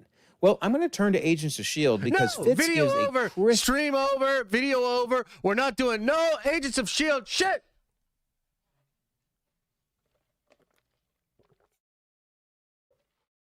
Okay, we'll allow it. So clear explanation. You went back in time, you branched off, but we can travel back through something called the quantum realm. We can go between timelines. Beautifully said. I mean, that's also what they did in Endgame, but man, he just nailed it right there. So, I really want to see how Captain America returned these Infinity Stones. Yeah. Please, Marvel, would you give us this special presentation? Yes, please. Because the Ancient One said if you remove one of the stones, the time flow splits, okay? We get a split in time. But then Bruce says, well, that's no problem. We can return each one to its own timeline at the moment it was taken. Okay, then, Marvel, show us that. I want to see Captain for America sure. returning the Which, by the way, I think the real thing here is that obviously didn't work. And I think what we're going to find is that before that endpoint, before when Steve ends up with Peggy, before old Steve gives the shield to Mackie, before all of that, we have Secret Wars. That's what I think. I think that there's a lot of stuff that happened off screen and off camera, right? And I think that it's going to amount to the events of Secret Wars, perhaps the events of Avengers 5 as well. And I believe that will be what happened. Because I don't think Steve, from that point when he leaves with the stones, had a clean reset. And it's very obvious that the timeline from Endgame till now has a whole bunch of issues and problems. So that's what I think is going to happen. That makes no sense. What do you mean? It makes absolute sense. when he leaves, it's like this.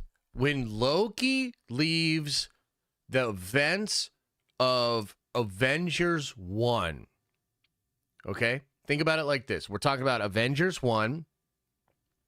Loki's arrested. Loki is taken back to Asgard. Oh, wait, no, he's not.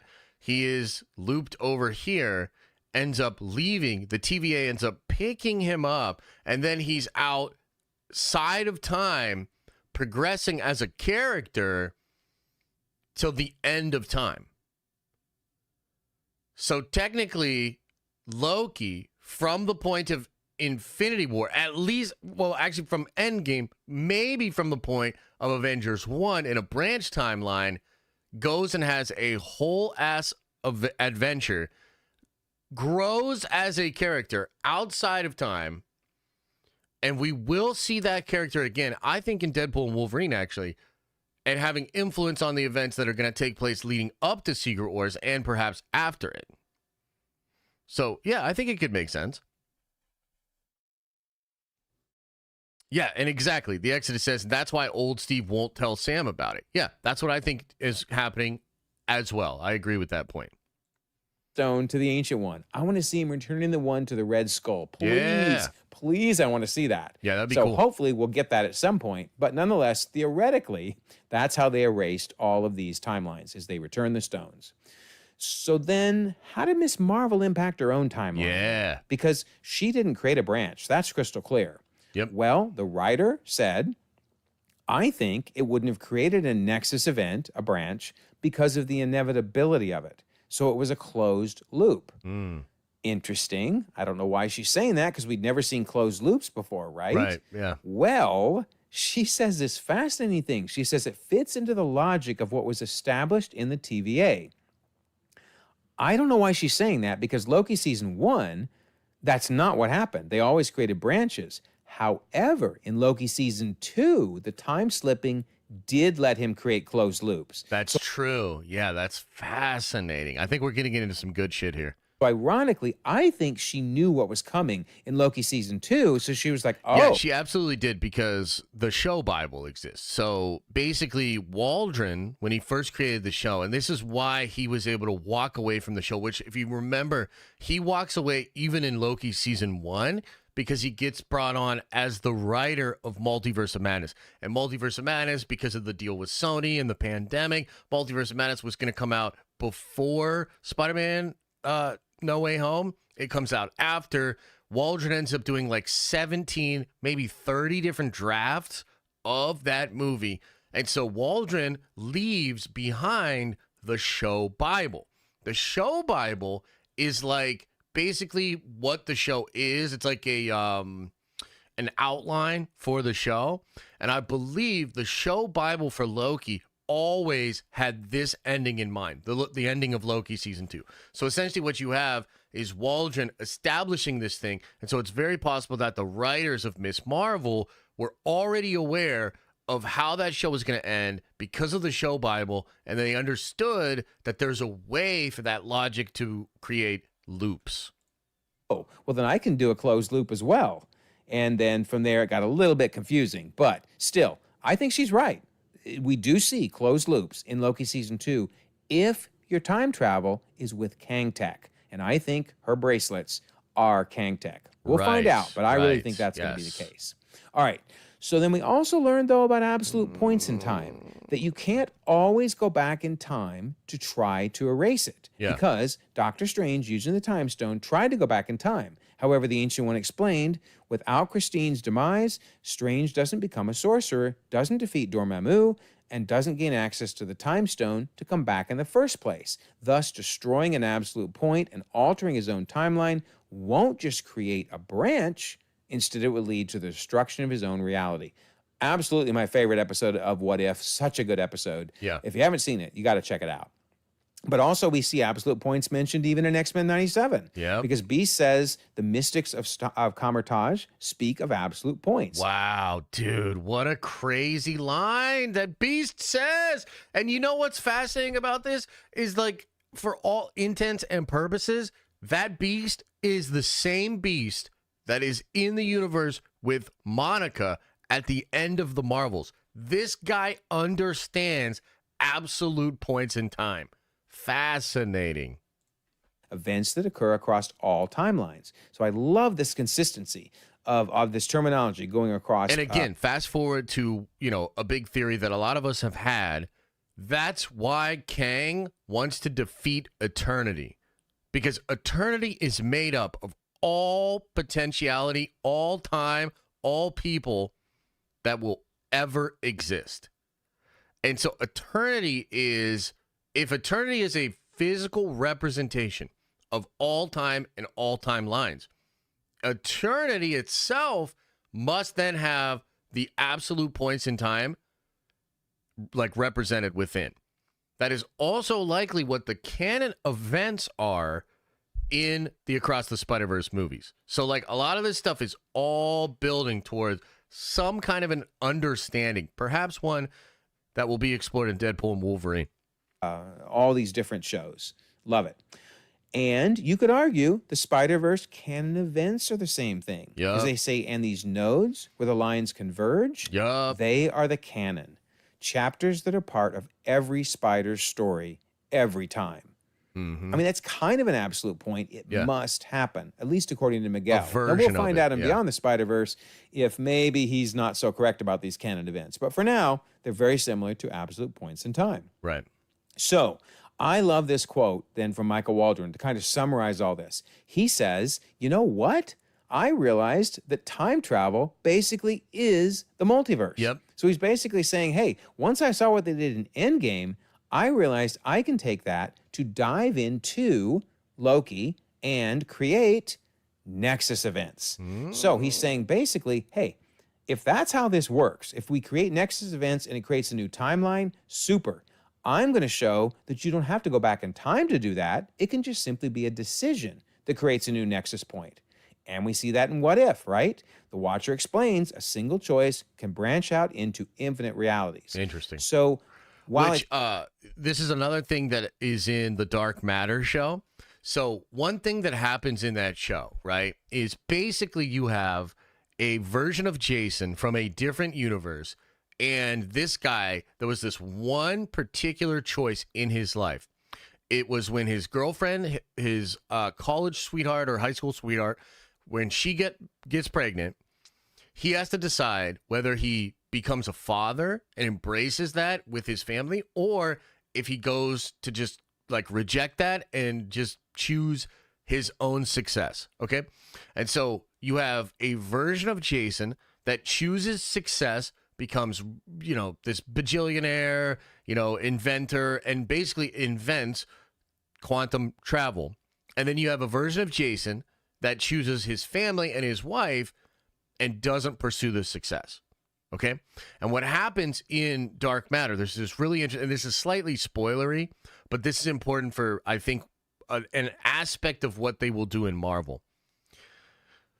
The Jason that chose his family, his reality gets invaded by the Jason that chose his career. And then that Jason that chose his family gets put into the multiverse. He actually gets put into the exact reality that the other dude came from, in which he's really successful. He then leaves that reality searching for his family. But what ends up happening is that choice to go search for his family creates an infinite number of Jasons that all are looking for his own reality, for his family, and they are all that Jason. At least they all begin as that Jason. So there's a point in the show where he finally gets back to his own reality, and then you realize, oh shit, there are infinite versions of that Jason, the character that we've been following, and they all want the same thing. They are all variants of that guy who wants to get back to his family. And it's like super trippy. But I think that's an important sort of aspect to this, where there could be decisions that are made that spin out infinite versions of that person, character, or being that is trying to get one particular thing, which in some ways is like what Kang even is, right? It's not time travel creating these branches. Interestingly, Endgame allowed the writers essentially to go, oh, we can do this too. This is so cool. So thus was created this idea of these nexus points.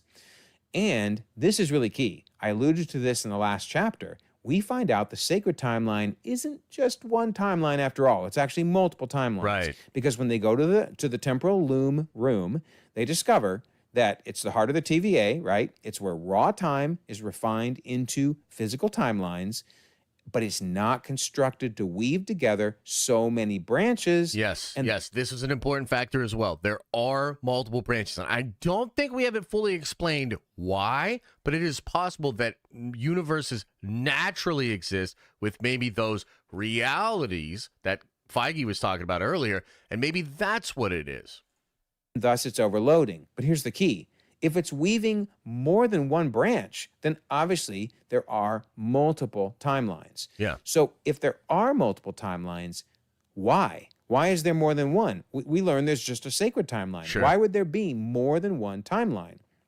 Well, once again, turn to Michael Waldron. This dude gives so many good quotes. So he says, and that's just how time I'm works. sorry about the spoilers for Dark Matter. I'm sorry. My bad. Trust me. Keep watching. It's still good. There's always like different permutations and instances happening. The TVA has their own barometer, their own gauge of what constitutes a deviation from the baseline, and that's the way it's supposed to go. The way that produces the He Who Remains. That's their baseline. So he then says, if you zoomed in on the timeline, it wouldn't necessarily look like a straight line. It might look like the intertwined strands of a rope, fluctuating and spiking here or there. What I love about this is this interview he gave in 2021, so well before Loki Season 2 when we learned Right. about the Yep, Loom, yep, and yet yep. he was still pointing out And that's that because of the show Bible. And dude, this is so cool. I hope you guys are getting some education and enjoying this, but I'm really enjoying this because look, this guy's obviously done a lot of work and he's just speaking to his understanding of it. But the thing that's kind of fun is like, because I sort of study it from a different angle, I have context to fill in here that maybe is lacking in the original video. So the idea that Waldron created the show Bible, that's an important piece of this puzzle, right? He's found evidence of it, and yes, it is true, but it is absolutely the case that Waldron created a show Bible in which he already knew how Loki was going to end, and this is him then leaving that show to then work on Multiverse of Madness and Avengers 5 and Avengers 6 maybe, which is, obviously a massive chunk of work. the sacred timeline is really intertwined strands of rope. And you know what? That's what they showed us. If you look at Loki Season 1 at the Citadel at the end of time, notice those are multiple strands, not just one strand. We didn't realize it was the Loom at that point because from the Citadel, it didn't look like a Loom. I think the only time you actually see the Loom is when you're standing in the Loom room. I don't know what else to call it. But anyway, I love the fact that even in 2021, they were talking about the fact that it was intertwined strands of rope. So that raises the question then, what are they pruning? If there's actually more than one timeline in the sacred timeline, quote unquote, what are they pruning? So Loki asks that, what are you afraid of? And he says, me. So basically he's pruning any time a new He Who Remains would be created. Wow. And in fact, Loki picks up on that and explains to Mobius, maybe it's true. Maybe everything he was doing, the pruning, the preservation of the sacred timeline was just about preventing more of him. So he only pruned it when it was more of him being created. Which, by the way, even back in 2021 is exactly what Michael Waldron said. When it becomes a problem for the TVA is when, according to their own rules, when something could branch off in a way that could actually produce a new timeline that could produce a new version of He Who Remains. Wow. Man, crazy. I mean, it really all fits. Yeah, it These does. interviews are not canon, obviously. It's just a writer talking to somebody in an interview. Sure. But it fits with what we learn in all these series. I love it. I love it. I love it. I love it. But a very good question is, okay, then how did we get all these Loki variants? Right. If we're talking about one sacred timeline that's branching off, we shouldn't have this many different variants. Well, first of all, Mobius does confirm every single Loki came from the sacred timeline because he says, when we get out on the branch, from the sacred timeline, keep in mind, we're not just looking for a time criminal, we're looking for a Loki. So he's establishing every Loki comes from a branch off the sacred timeline. But how? How then do they look so different? I think Sylvie gave us the answer. She said the universe wants to break free. So it Wow. manifests chaos. The bottom line is the universe does not want to be unnaturally contained inside a loom. Yeah. It does not like being pruned. That's the bottom line. So the universe creates chaos, and that chaos is like me being born as the goddess of mischief. And doesn't that go back to something that the one, or rather the ancient one says? Doesn't she say that if the stones are removed, the timeline is thrown into chaos? So isn't that like a similar concept where like the universe is manifesting this chaos? Interesting. So in other words, every Loki is chaos. It is the universe creating all these different variants with the hope. And it's also fascinating to sort of follow this thought through to the end where Loki masters time. What the fuck? Like the universe manifests a chaos that then becomes the thing that holds it all together, holds the chaos together. That eventually they will break the universe free. Wow. And in fact, they do, right? Because Mobius says, two variants of the same being, especially you, forming this kind of sick, twisted relationship, that's pure chaos. That could break reality. And that's my point. This was the universe's way of trying to break free. And then I love this. If you look at Loki season 2, Ravonna says, all that matters is order versus chaos. I'm order. And Mobius screams no, because all of a sudden, who pops in but chaos? Yeah. So you can come up with your own theories. There's many ways to explain why there's different Loki variants. Everybody's getting crushed in the gambling today. We're only going to let gambling go for like 10, 15 more minutes, and then I'm going to turn it off. What's up, Twitch? I see you over there. I remember the days when I thought the Multiverse of Madness was going to pay this off. Boy, was that a letdown. Hey, you don't say that. Maybe 616B is where Secret Invasion took place. Yeah, hopefully. And says, I just like the idea that the Loki variants are created by the universe itself trying to escape the loom. I just think that's cool. Yeah, that is But cool. anyway, another question people ask, and this is a very fair one, is how do you get so many Infinity Stones if, again, there's only one sacred timeline and there's branches off of it? There should be no more than 6, right? 6 Infinity Stones, that's it. Well, think about it. Yeah, I know, Casey says we actually get a lot of these, and some of these guys use them as paperweights, so we have a whole ton of them, right? But what that probably means is that events with Infinity Stones are more likely to create variants of He Who Remains. That's kind of fascinating. Every time a variant is pruned that has in their possession an Infinity Stone, like Loki, remember he was pruned holding the Time Stone. Right. Or sorry, the Space Stone. So they take with them the Space Stone, right? Well, every time they prune someone that has an Infinity Stone, They that keep would be it. yet another for their collection. Yeah. So over time, But 'cause why they've been do they doing this keep for it? hundreds of years, they've probably pruned lots of people holding an Infinity Stone at the time. Maybe not holding it in their hand, but you know what I'm saying. They had in their possession an Infinity Stone. Thus, you get a whole bunch of them. So I think that makes sense. So the key is, it is a sacred timeline, one universe with lots of branches coming off of it, and they prune them anytime they would create a new He Who Remains.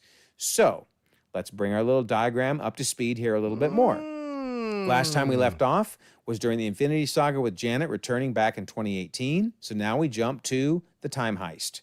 2023, of course, they jump back in time to multiple time periods, but we're going to focus on 2012 because that's the key one where Loki they're happens. in 2012 for a while, but during their time there, they create an additional branch. And that additional branch results in a Loki who gets taken to the TVA. Yeah.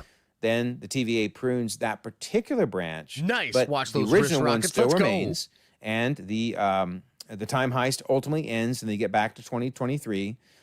And then somehow, Steve Rogers returns the stones and erases them all. Again, Marvel, no, he doesn't. please. We really, really want to see this. We really want to But so see now it. we are up to the point where Endgame has completed, and now we're ready to head into the next chapter, which is chapter 5, Loki. Guys, we are not even halfway through yet. Just want to let you know we got about an hour more, so buckle up.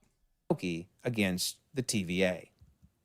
So this chapter is basically Loki Season 1, which I know we've all seen probably multiple times. So I'm going to summarize it at a very high level. And in fact, we've talked up to this point a lot about the Timekeepers, the TVA, the pruning, the Nexus events, etc. So all I want Here's what I'm going to do. When this chapter's over, we're going to turn gambling off. Okay? talk about here is what is essentially the whole point of Loki Season 1, and that is that he who remains controls the path of Loki and Sylvie until they reach him and he can give them an ultimatum.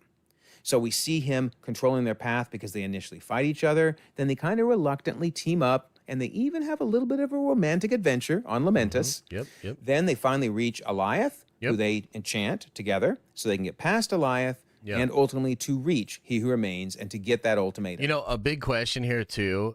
No, you buckle up, Rossi. A big question that I have is how was He Who Remains able to manipulate Alioth? We know that these two enchant Alioth, but then how does Cassandra Nova manipulate Alioth in Deadpool Wolverine? Like, what is the deal? They're given a choice. You either take over and my life's work continues. You lost 401K or you plunge a blade in my today? chest and What? an infinite amount of me start another multiversal war. But then he says something interesting. We just crossed the threshold. Yeah, what's So that? what exactly is this threshold? Yeah. We hear thunder outside, and he says, oh. And then as the branches are forming, he says, I have no idea how the rest of this is going to go.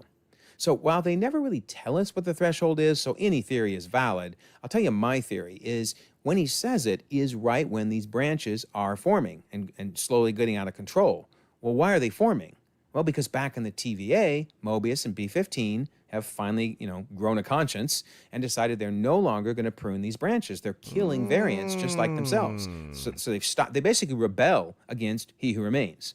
Mobius says, no turning back now.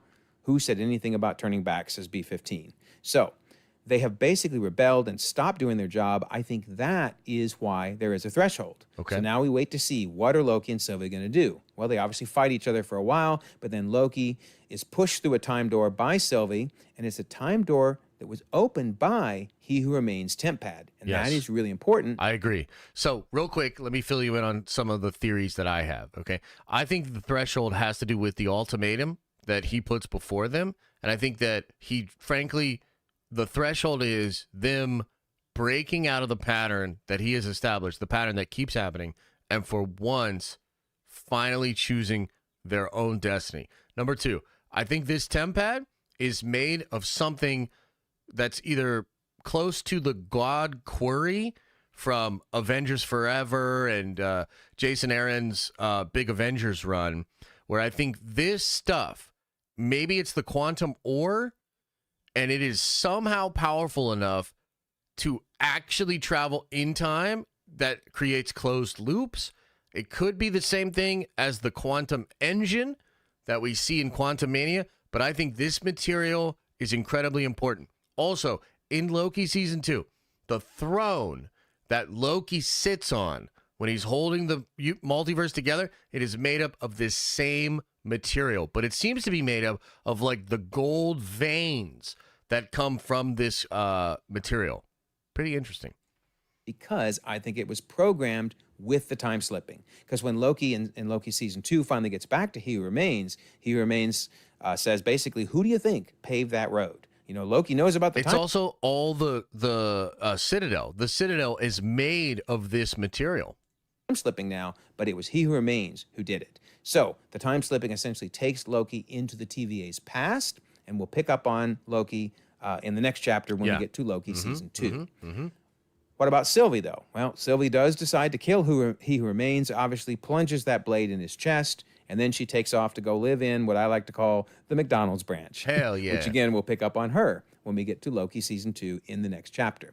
So let's just summarize these main points. I mean, again, there's so much that happens in the season, but the main points are that Loki is captured by the TVA. Eventually, he and Sylvie meet up.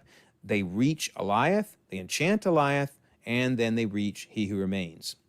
They fight, And Sylvie pushes Loki through the time door, which causes the time slipping and sending him into the past. Sylvie then kills He Who Remains, while all the branches now are going crazy because they're no longer pruning, obviously. Sylvie takes off to go live in the McDonald's branch, and poor Loki has to deal with a loom that is now falling apart. So I'm going to switch it, as you can see, to dotted lines because the loom is now, slowly disintegrating. And that, of course, is going to lead us into Loki Season 2. So, Chapter 6, the failing of... Okay, I'm going to turn the gambling off. Sorry, all you gamblers. Boom. Save you from yourself. Of the loom.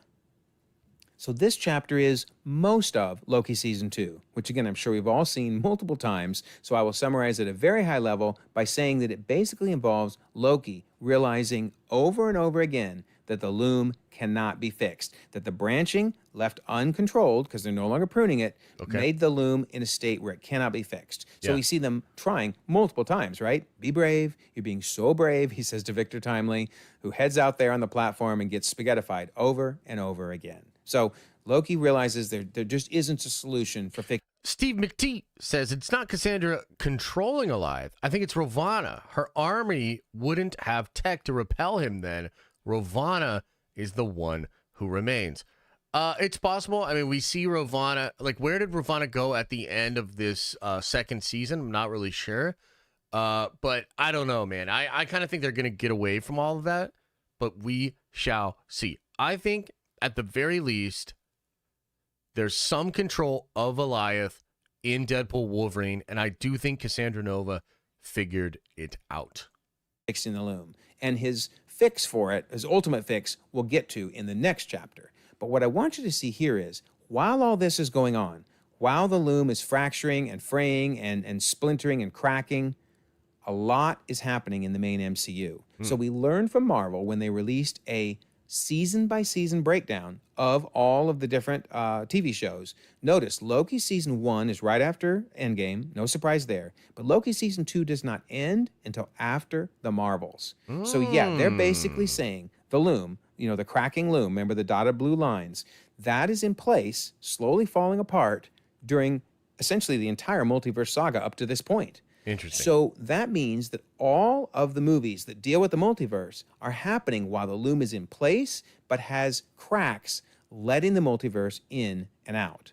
So what do we think about that? I mean, does it make sense that Loki Season 1 and Season 2 are running parallel to other events? Well, the timeline book, notice, shows us that Loki Season 1, that's the green bar there, has events happening while Endgame is going on, but then, even further, has events happening while, or right before, rather, WandaVision happens. So, yeah, the timeline book is even saying Loki Season 1 is happening parallel to other events, so therefore Loki Season 2 would as well. So does time flow then in the TVA? It seems a little confusing, right? I mean, I remember in the first season when Loki said, "How long have you been here?" to Mobius. Mobius says, "I don't know. It's hard to say. Time passes differently here in the TVA." But in Loki Season 2, after he stops time slipping, Loki stands before Mobius, and Mobius says, "What do you mean you've been in the past? Where?" "Here. The past TVA," says Loki. "No, there is no past TVA," says Mobius. "Time doesn't work like that here." And Loki says, "It does. It's happening to me." Yeah, so and again, seemingly created by He Who Remains, by that technology.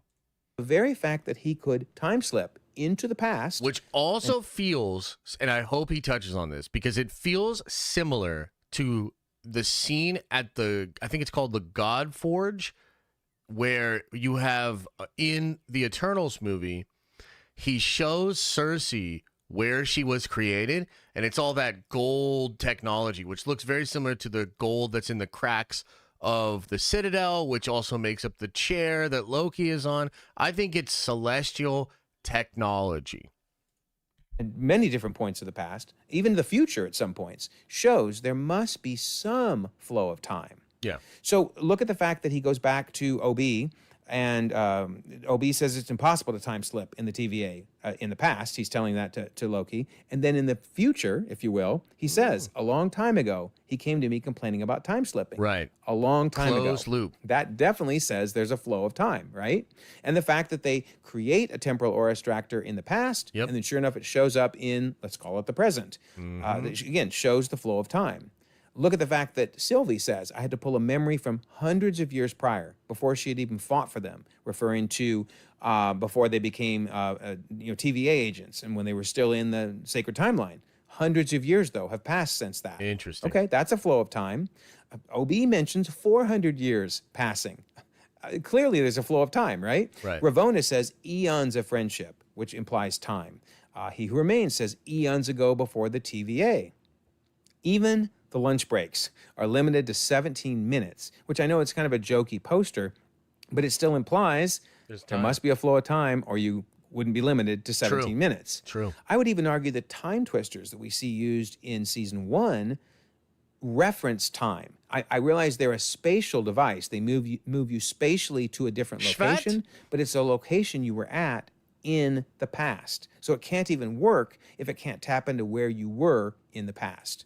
So the bottom line is time does seem to flow in the TVA. It flows very differently, but it does flow. So while Loki season 2 is going on, this loom is cracking and fraying and falling apart, but because it's still intact, but does have cracks in it, that's what's allowing the multiverse in. So I've shown this image before in other videos. Essentially, let's call this the cracked loom here. So Loki season. So you got your cracked loom here.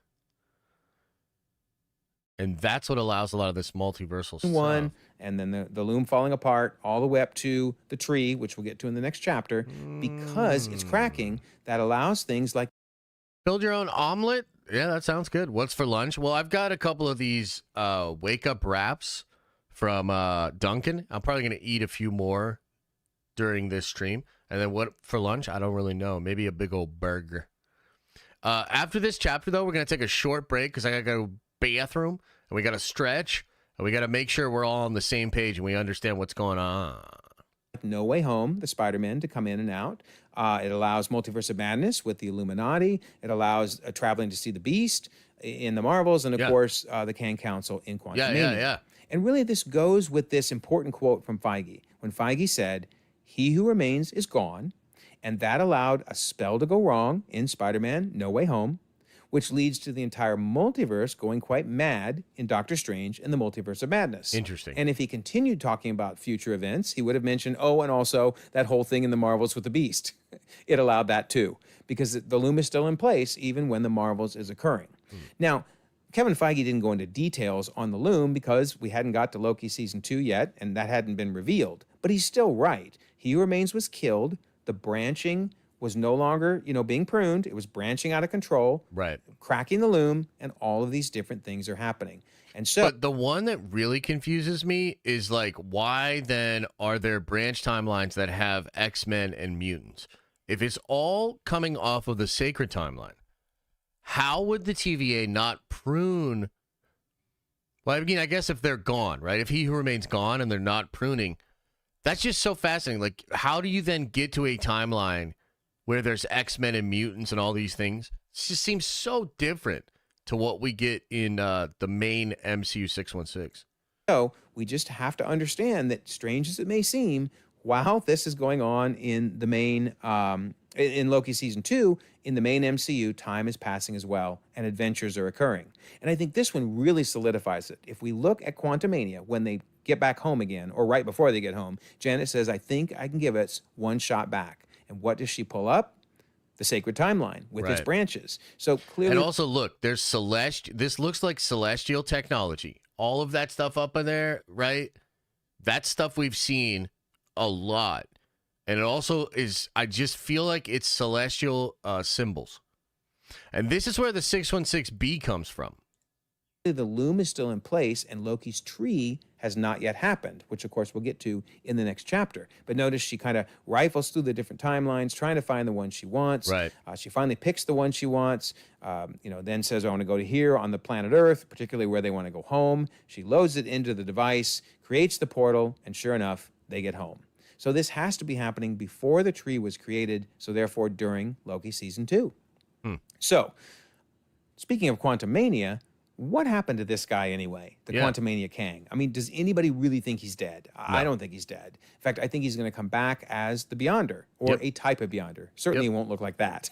But I mean, he's he gonna might. come back as the Beyonder, probably as part of Secret Wars. So we'll see. Maybe Marvel goes a different direction with the situation with Majors, but it does seem like they are recasting and keeping Kang around. Who knows? Maybe they'll even bring Majors back. Seems unlikely. But regardless, I don't think the Kang storyline is gone. I do think we're going to see this guy again. And while we're talking about him, what about the Kang Council at the end of Quantumania? Yeah. Who exactly are they referring to when they talk about the Exiled One? Yeah. So they say the Exiled One is dead. Are you sure he's dead? If it wasn't true, I wouldn't call you. Must really eat you up that you're not the one who killed him. And that's very important. They wanted to kill him. Keep that in mind. Well, none of us did. They did. They're beginning to touch the multiverse. And if we let them, they will take everything we've built. So, who are they referring to when they talk about the Exiled One? The 'Cause I think Avengers. this is really important to understanding what's going on in Loki season 2, Right. with the Loom falling apart, etc. So obviously they bring in the whole Kang Council, and they're all hooting and hollering there. But let's go over these facts. All right, so who are they referring to? So the Kang Council, the main Kang Council representatives there, they call him the Exiled One. Yep. They know he's dead. Yep. They wanted to kill him, and his death means they are beginning to touch the multiverse. What? So are they referring to the Kang from Quantumania? Well, definitely throughout Quantumania, Kang himself refers to himself as the Exiled One. So, okay, yeah, I mean, they exiled him. That works. But do they know he's dead? I mean, maybe.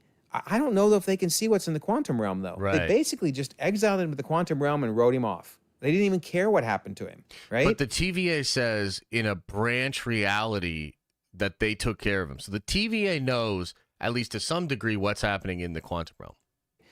And this is important. They said they wanted to kill him. Well, if they wanted to kill him, why did they send him to the quantum realm? Right. It wouldn't make sense for them to be referring to the Kang from Quantumania. They would have just killed him up front. I don't think they wanted to kill their own people. They didn't want to kill their own Kang variants. They maybe had a rule against it. But they also say his death means they are beginning to touch the multiverse. Well, did anyone in Quantumania, any of the Ant family, if you will, Scott and Hope and Janet, etc., did they really touch the multiverse? I mean, not really. In fact, when Scott got back to the main universe again, he didn't even know what happened. He was like, did that work or not? I don't really know. So, no, they That's didn't true. really touch the multiverse in Quantumania. On the other hand, are they referring to He Who Remains? So, they call him the Exiled One. Yeah, he did kind of exile himself, right? He 'Cause Who he Remains, remember, separated, won the Multiversal War and hid behind Isolated. the Loom on an island. They referred to it at one point. Kate Herron did. So, yeah, he is an Exiled One. They know he's dead. They definitely know he's dead now because the cracks in the Loom allow them to see in, and they realize, oh my goodness, he's been killed. They wanted to kill him. Oh, yeah, they wanted to kill him. They definitely did. But they weren't able to because, remember, he weaponized Goliath, used him as a pit bull, and ran away and isolated himself in the Loom. So they wanted to kill him, for sure. They were really mad at him. And then his death means they're beginning to touch the multiverse. True. Yeah. Loki and Sylvie basically reached the Citadel at the end of time and killed a Kang variant. Wow. So, yeah, I think if you look at the list that they're definitely talking about He Who Remains. Let me know your thoughts on that. But yeah, just an interesting point to discuss. All right, so now let's go back to our diagram. Okay. And I'm going to fill in especially the parts about Janet. So remember when we left, the Loom was falling apart. That's the dotted lines there. And so now in 2026, Janet and all of them head into the quantum realm and they meet that Kang, who's been really mad when Janet left and destroyed his device. Yeah, So he they was obviously big- help him big fix mad. the device, but in the process, he ends up seemingly dying, right? We don't know what happened to him. And then they head back to 2026. They get out of the quantum realm. And now we see that the Kang Council is able to look in, see that He Who Remains is dead. I think they're referring to him as the Exiled One. And of course, they call the main council into play. There's only one problem with this so far, and that's that you actually see He Who Remains in the scene with all of these variants of Kang. He literally pops up in that auditorium. So I don't know. He might be wrong about this. So I do think Marvel's going to continue with this story, even in Avengers 5, with some of the Kangs taking on the Avengers. We'll Yep, just have to wait he's and in see. there. Yep, 100%. But I'll find it what right is Loki now. going to do with the Loom? He's realized now he cannot fix it. So what's the next step? Well, that would be Chapter 7. Loki's tree is born. So we learned throughout all of Loki Season 2 Okay, that hang there's on. simply... Let me pause this. Let me find it for you guys.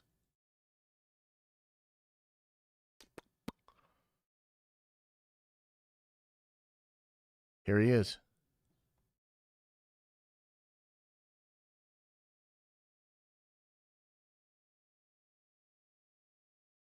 Let me see. Okay. Says right here, there is a Kang variant in Quantumania post-credit scene that wears the exact same clothes as He Who Remains. This is in the post-credit scene with all the Kangs. Right? So I just don't know, chat. And here's the thing. I got to go use the restroom, and then we're going to come back, and we'll talk for a little bit, and then we'll finish off this video. Hope you're having a good time. I'll be right back. I'll be right back.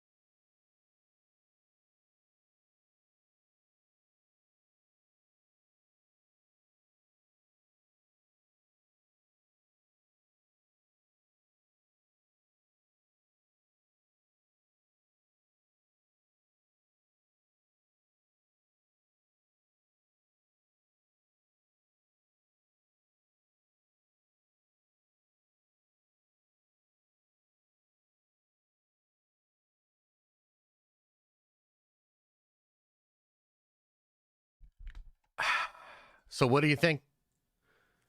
How is it possible? Similar outfit, but not the same? I mean, so in order for that to be the case, what you'd have to concede is that Kevin and everybody at Marvel decided to put a variant in that looks so similar that most people would say it's He Who Remains, but so not the same that a few select people would say, it's actually not him. So that's what you would have to concede. And I just don't see that happening. I don't believe it. By the way, in the right corner here, he's in a suit. That's probably Mr. Griffin. Right? So that was something, maybe the guy that bought Avengers Tower, like Quang Tower, he makes like Quang energy or whatever, right? So yeah, I don't see it, man. I don't see them putting a variant in this close and then like literally trying to tell us, oh, that's not him. No, they did this on purpose to make sure that you know it is him, in my opinion. Are you a long or short dumper? I'm a long dumper. Oh yeah, I'm super long. Schwang energy. Exactly. Schwang. No, it's Quang. It's like Q-U, Quang. You see it in Loki season 1. There's an Avengers Tower that has Schwang on it. Let me freaking find it for you guys here.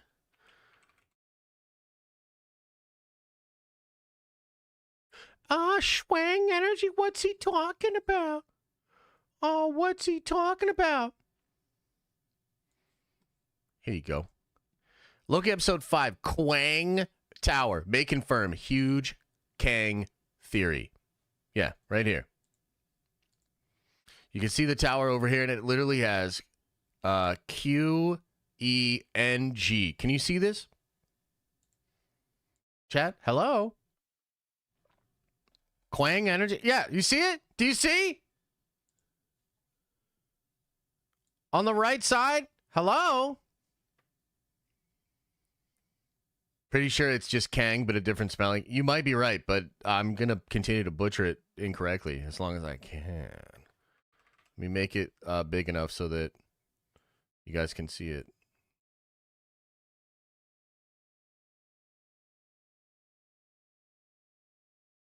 You see? Schwang. It says Schwang energy. So it's like an Asian Kang? I don't know, dude.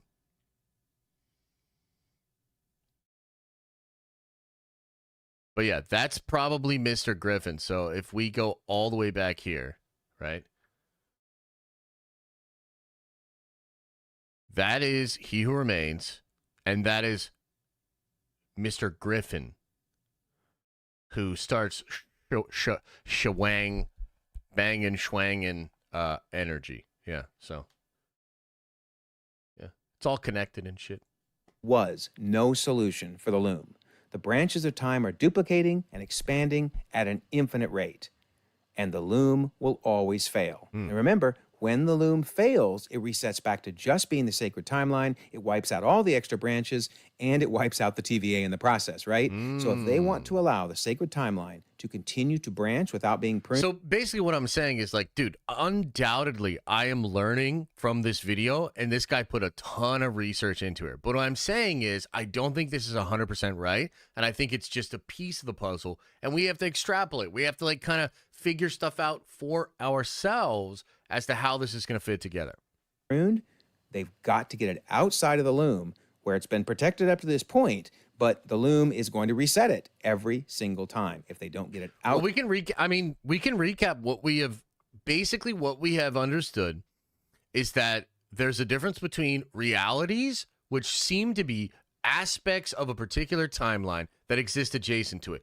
It's possible this is quantum realm. Quantum realm could be a basement for all of these different timelines, but it is at least the case that the quantum realm is always accessible as a sort of dimension of each timeline. It's also the case that the sacred timeline itself was isolated from the rest of the multiverse by He Who Remains, and that it isn't a singular timeline, but rather many different timelines that all seem to work together, and they are all only pruned when they create other variants of He Who Remains. I guess I just thought of something, and this is kind of interesting, right? So we are, at least for me, I'm like, okay, why does 838 have the X-Men? Why does 864, which I think is the timeline with Beast and the Marvels, why do they have the X-Men? Well, what if within the sacred timeline, there is an X-Men universe? What if within the sacred timeline, there is a Fantastic Four universe? And maybe, and this could actually be the whole kit and caboodle. This could be the whole reason that Kevin did this. We're sitting back, at least for me, right? And I'm like, why the fuck is the Fantastic Four movie, which is going to come out, next year or the year after it, why is that movie existing in a different timeline? Well, what if what He Who Remains did was, instead of just keeping the main Marvel timeline together, where the X-Men, the Fantastic Four, and the Avengers all work together, what if instead he kept them all separate? Meaning, there's, within the sacred timeline, there's the Avengers thread, there's the Fantastic Four thread, there's the X-Men thread, and those are all meant to be separate. Because, think about it like this. We know that in Avengers Secret Wars, you're supposed to get the Fantastic Four, Tobey Maguire Spider-Man, Hugh Jackman Wolverine, and RDJ Iron Man all working together, okay? That could potentially be the scenario in which Kang loses. If there is an ultimate alliance between the X-Men, the Fantastic Four, and the Avengers, and the Spider-Boys, that could be the scenario which creates Kang losing the multiversal war. And so it is possible that the sacred timeline was not just isolated, but it was isolated, and then the groups of heroes themselves were isolated in order to prevent an alliance between them, which would lead to Kang's defeat. And that could be why Kevin is building the Fantastic Four in a separate universe. That could be why he's building the X-Men in a separate universe. And all of this is going to smash together when we get into Secret Wars. And this will be what the soft reboot is. Like, he might explain that the soft rebooted MCU is basically what the universe was always going to be before He Who Remains separated out the different groups of heroes and gave them their own timeline. Locationary says, wouldn't be surprised if towards the end of this phase, Marvel releases a book explaining it all. Yeah, I think so. 100%. Manos Riva says, is that He Who Remains? Is it before the multiversal war? I think it is, yes. But I'm not 100%. Yeah. Does anybody have any questions about that, or kind of like my theory?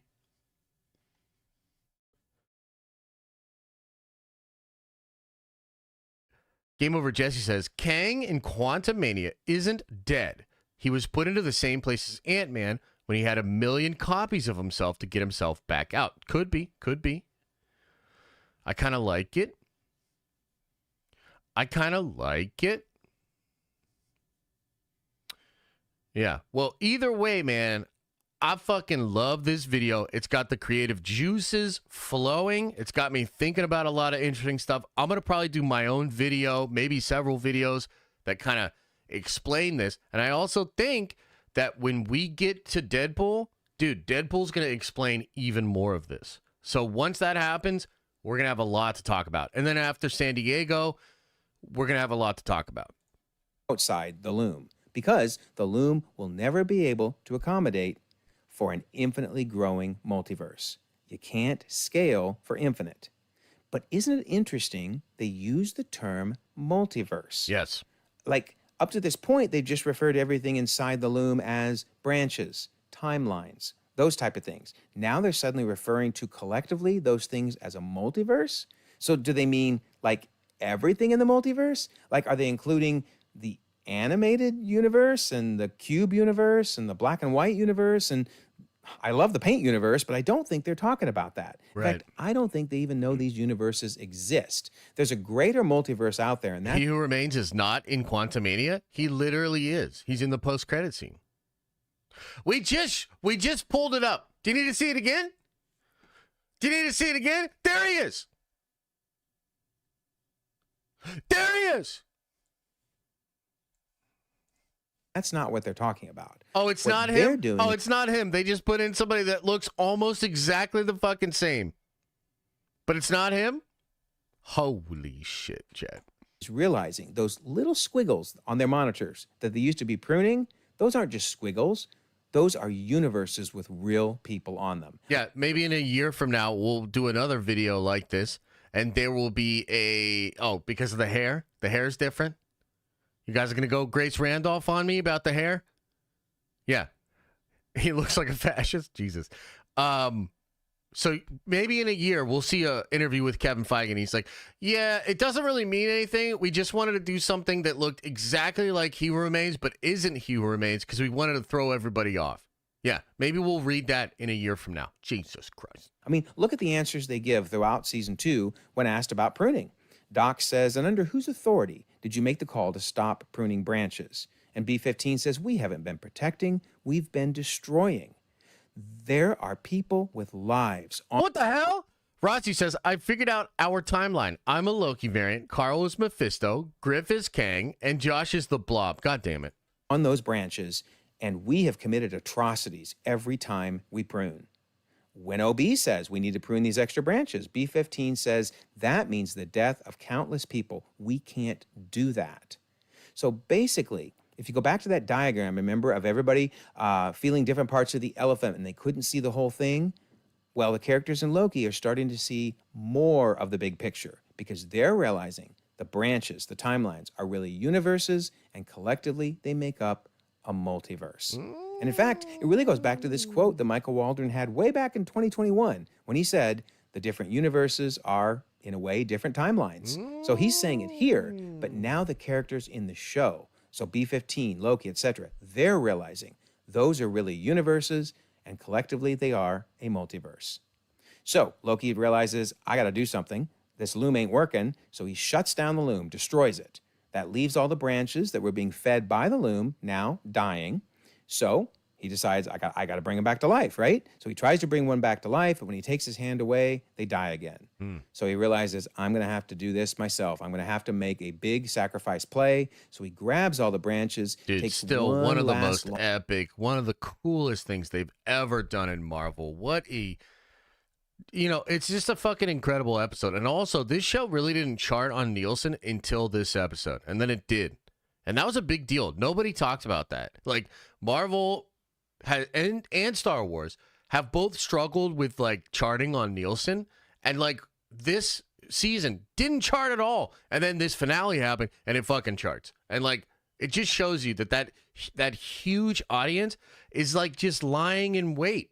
Like, they're out there. They're just a little disengaged with the current shit. But you do something fucking epic like this, and they show up. And it's, like, noticeable. Again, everybody just kind of ignored that, but that happened. longing look back at his old life, and then he heads up the steps, goes to the throne. So this is what I mean. If you look at these shots here, and if you look at the they steps, are a multiverse. So Loki realizes, and even his crown is made of the same technology of the Tempad, which apparently gave him the time-slipping ability in the first place. I got to do something. This loom ain't working, so he shuts down the loom, destroys it. That leaves all the branches that were being fed by the loom now dying. So he decides, I got to bring them back to life, right? So he tries to bring one back to life, but when he takes his hand away, they die again. So he realizes, I'm going to have to do this myself. I'm going to have to make a big sacrifice play. So he grabs all the branches, takes one last longing look back at his old life, and then... Yeah, see, look, the steps are made of that same material. It's the God Query. But then the throne itself is like all of the gold that's like coming to create that throne. The nexus of that power. I don't know. It's so wild. He heads up the steps, goes and then to the throne is like basically all gold. The throne, sits down, grabs those branches, and literally plugs them into himself, like plants them in himself. He is now the dirt for the new multiversal tree. Right. Slowly it forms, and sure enough, now we have Loki's tree, the 616 multiversal tree, because it is the sacred timeline and all of its branched universes. But should we be calling it a multiversal tree? I mean, the characters did, right? I mean, Victor Timely said it's a multiverse. Well, I think this is fascinating. So, Bo DeMaio, who writes for X-Men 97, was asked a question on I Twitter. literally brought this shit up. Bo, does the fixed points in time, which was mentioned in X-Men 97, does that mean X-Men 97 is part of the MCU multiverse? Well, Bo says, I think at this point we're merely using common language and we're not necessarily connected on the same tree. He goes on to say, I think it's very much dealer's choice on some levels. I know all my discussions were to view it as its own neighboring tree. So X-Men 97 is a neighboring tree, not a branch on the multiverse MCU tree. I mean, he's basically calling it, calling it a multiverse MCU tree. Now, I realize this is just one writer on one show, but he says it was from my discussions. So I'm imagining that was coming down from above, ultimately from FEIGE, of this is how we need to refer to this. It is a multiversal tree, 616, and its branched universes, a multiversal tree. And in fact, that fits perfectly with what the Watcher's been saying all along. Ironically, What If really had the right terminology because it is the 616 multiverse, and he is observing new universes being created. I want to show you this that right scene. here is a new universe literally being created. He, being Doctor Strange, recreated this universe, but was never born into it. So, yeah, the terminology in What If is really the right terminology, it seems, that there's a 616 universe, and it has branched universes, and together, that is the 616 multiverse.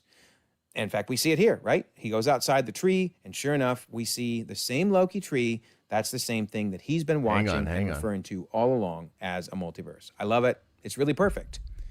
But it does raise an interesting question.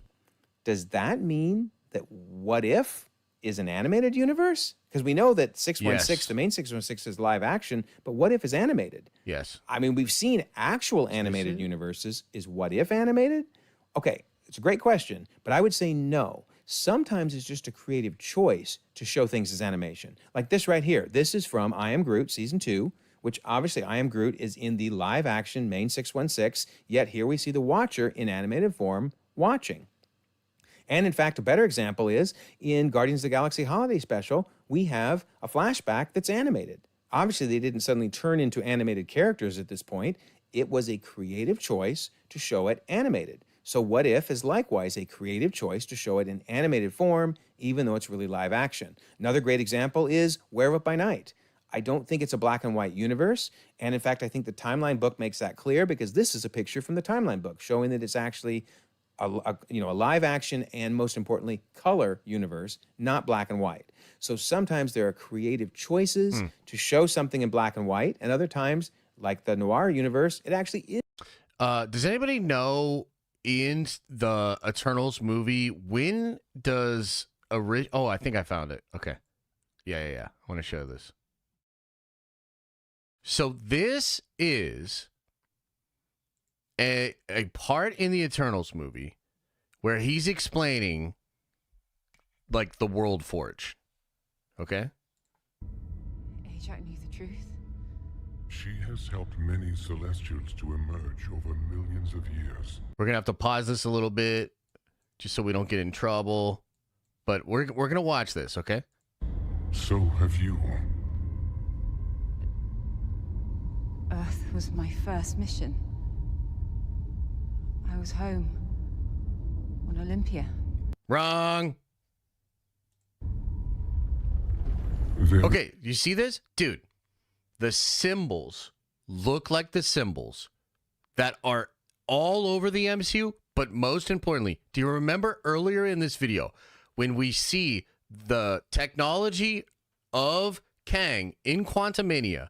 This is when Janet is using it to try to find her timeline.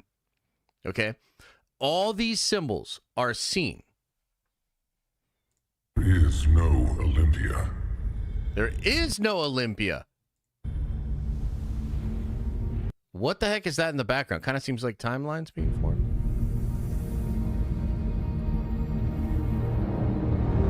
This right here. This is the God Forge. And I'm telling you, this looks to me very similar to the gold that forms the throne in Loki Season 2.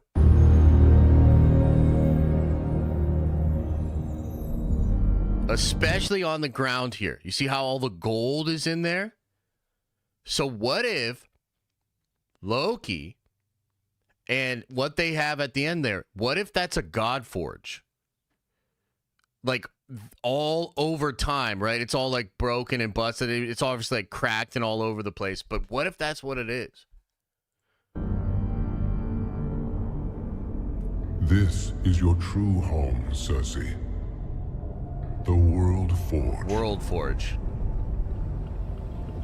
It is here And again, it has all those symbols. What's this thing in the center? I don't really know. that I built and programmed the Eternals.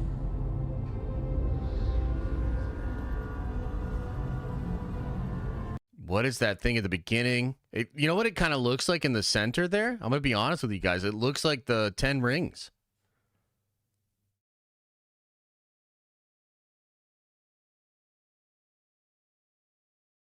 It looks like this.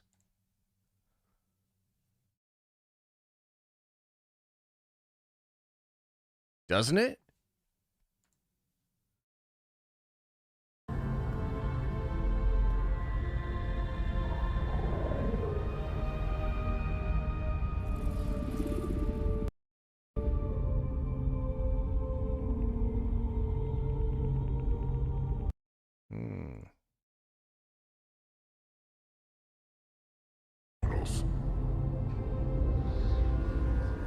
Yeah, you see it?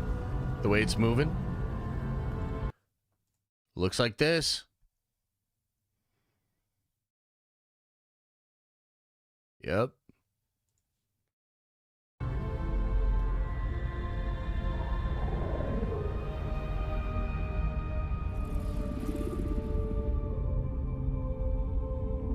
Very, very interesting. So I continue to believe there's a connection here between the celestial technology and perhaps even the entire fabric of the multiverse.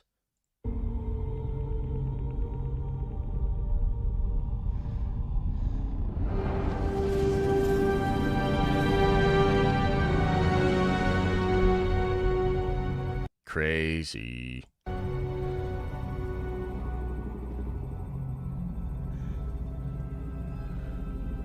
Everything dies except us. Because we were never alive. Why don't I remember any of this? Interesting. Yeah, it's a little bit of a rabbit hole. Chris says, so does that mean Loki just connected all variants to the 616, like both Chris Evans and Michael B. Jordan character, to the same universe? Not necessarily, because there's a multiverse, and then there's a multiverse that branches off of the sacred timeline. So not necessarily. Let's watch just a little bit more of this scene, and then we'll go back to the video.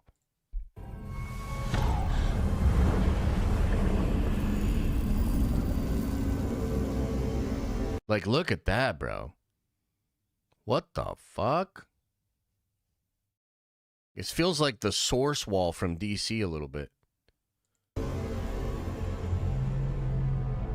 Because your memories are erased and reset after each emergence. Your memories are They are erased stored. and reset after every emergence. And interestingly, Kang does the same thing. He treats the TVA similar to the way Arishem treats the Eternals. Also, these crystals in here, these crystals, they look a little bit like the quantum engine. Here, Why do you keep them? I keep them in order to study the deviants. I created the deviants, Cersei, for the same purpose I created you. Dude, wait a minute. Watch that again. In order to study the deviants. I created the deviants, Cersei, for the same purpose I created you. Damn. Every celestial host planet has its own predators. I first This shit is so crazy. sent the deviants to exterminate them, so intelligent life could grow.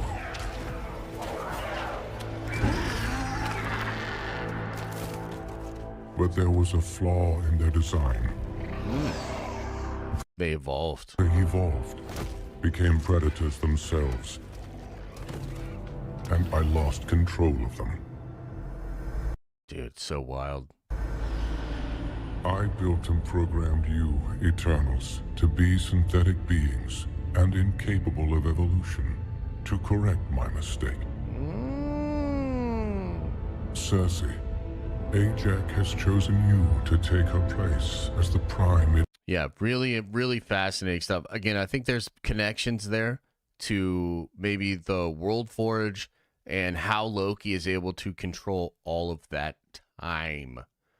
But yeah, pretty crazy, huh? Pretty crazy.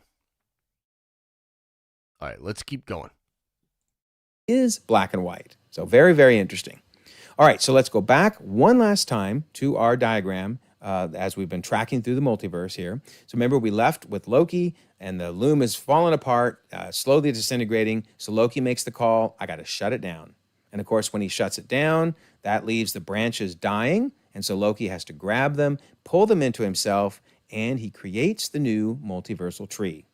Also, the new TVA is formed, and we're going to talk about them in the very next chapter. But one last thing I want to point out is because they're no longer pruning, I think we're going to see branches continue to form and maybe start to overlap between. Lou says, Kevin Feige never had a plan after Endgame, just push content and agenda. Nah, yeah, see, I mean, look, dude, I understand your perception. I understand your feelings, but I literally cover this. I've been covering this for like 7+ years. I know that you're wrong. Now, the truth is, Kevin was planning just this shit, just Secret Wars. There was a big filler thing of which he was a little more hands off. But trust me, there's a plan. The problem was he's only focusing on that plan. Like, there's a reason that Avengers 5 and Avengers 6 will hit in 2026 and 2027. And some people will say, oh, they're just rushing it. No, the truth is he was working on this the whole time. That's why Phase 4 fell apart. That's why early Phase 5 doesn't make any fucking sense. The dude was planning. He was just planning for that part. Right? So it's just not true, man. It's just not true. Maybe you could say the plan was being developed so far out that this very obvious filler arc feels very flat and unconnected. And that's true. But that is absolutely, like, dude, trust me, there was and is a plan. Different universes. So one of the Kang universes, for example, that may start causing incursions, and we will also talk about those in an upcoming chapter.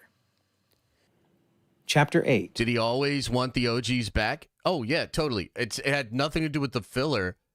They were always going to come back for Secret Wars. In fact, the reason that Kevin wanted Secret Wars originally in 2024 was because he knew all these actors were aging up. The window where he could get Ian McKellen's Magneto and Robert Downey Jr. and Hugh Jackman and Toby, that window was kind of shrinking. So, yeah, he always was going to bring them back. Now, it is the case that I think things fell off more than he expected. I think the wheels fell off a little bit more rapidly than they were ready.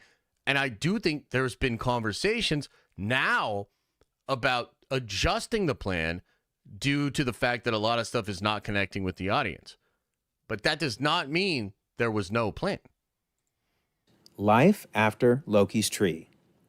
So what is life like now that Loki's tree has been formed? Well, there's a new mission for the TVA. We see their poster, Let's Grow Together. It's the tree just, growing away, no longer being pruned, which is great. We see all of them in the control room, working as a team. In fact, look at the monitor in the center. We see what looks like Loki's tree there, growing upwards and then outwards infinitely. Awesome. Then they start talking about getting reports on the variants of He Who Remains. Right. They say, do any of them know that we exist yet? And the answer is no. So who are they talking about here? Notice they didn't call them Kangs. That's interesting. But who are we talking about? Well, I don't think we're talking about these guys, the main Kang Council, and nor are they talking about any of those Kangs in the Coliseum of Kangs that we saw in the Quantumania post-credit. Wherever they're located, they are outside the MCU. And, dude, again, Lou, I totally get it. I understand your perception. And the reason that they showed Secret Wars in 2022 was because they knew a lot of people shared your feelings on it. But I'm just telling you, dude, I literally, study this stuff, right? And I'm just telling you, I know for sure Secret Wars was going to come out in 2024. As soon as they started wrapping in Endgame, and there are things in Endgame that are direct ties to Secret Wars. Like Chris Evans going with the Stones and Mjolnir. That's going to pop up in Secret Wars, 100%. So it was so much the plan that that's all they were working on. Everything else was kind of wishy-washy, and they just kind of patched it up. But that's absolutely what it is. MCU Multiversal tree hidden away.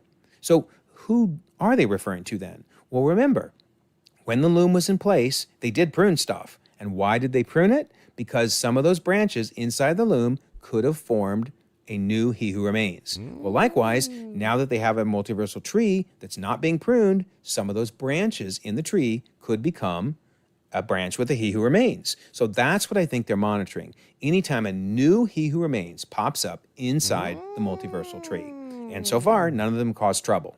Well, they do say, though, one of them caused a little bit of a ruckus on 616 Adjacent Realm.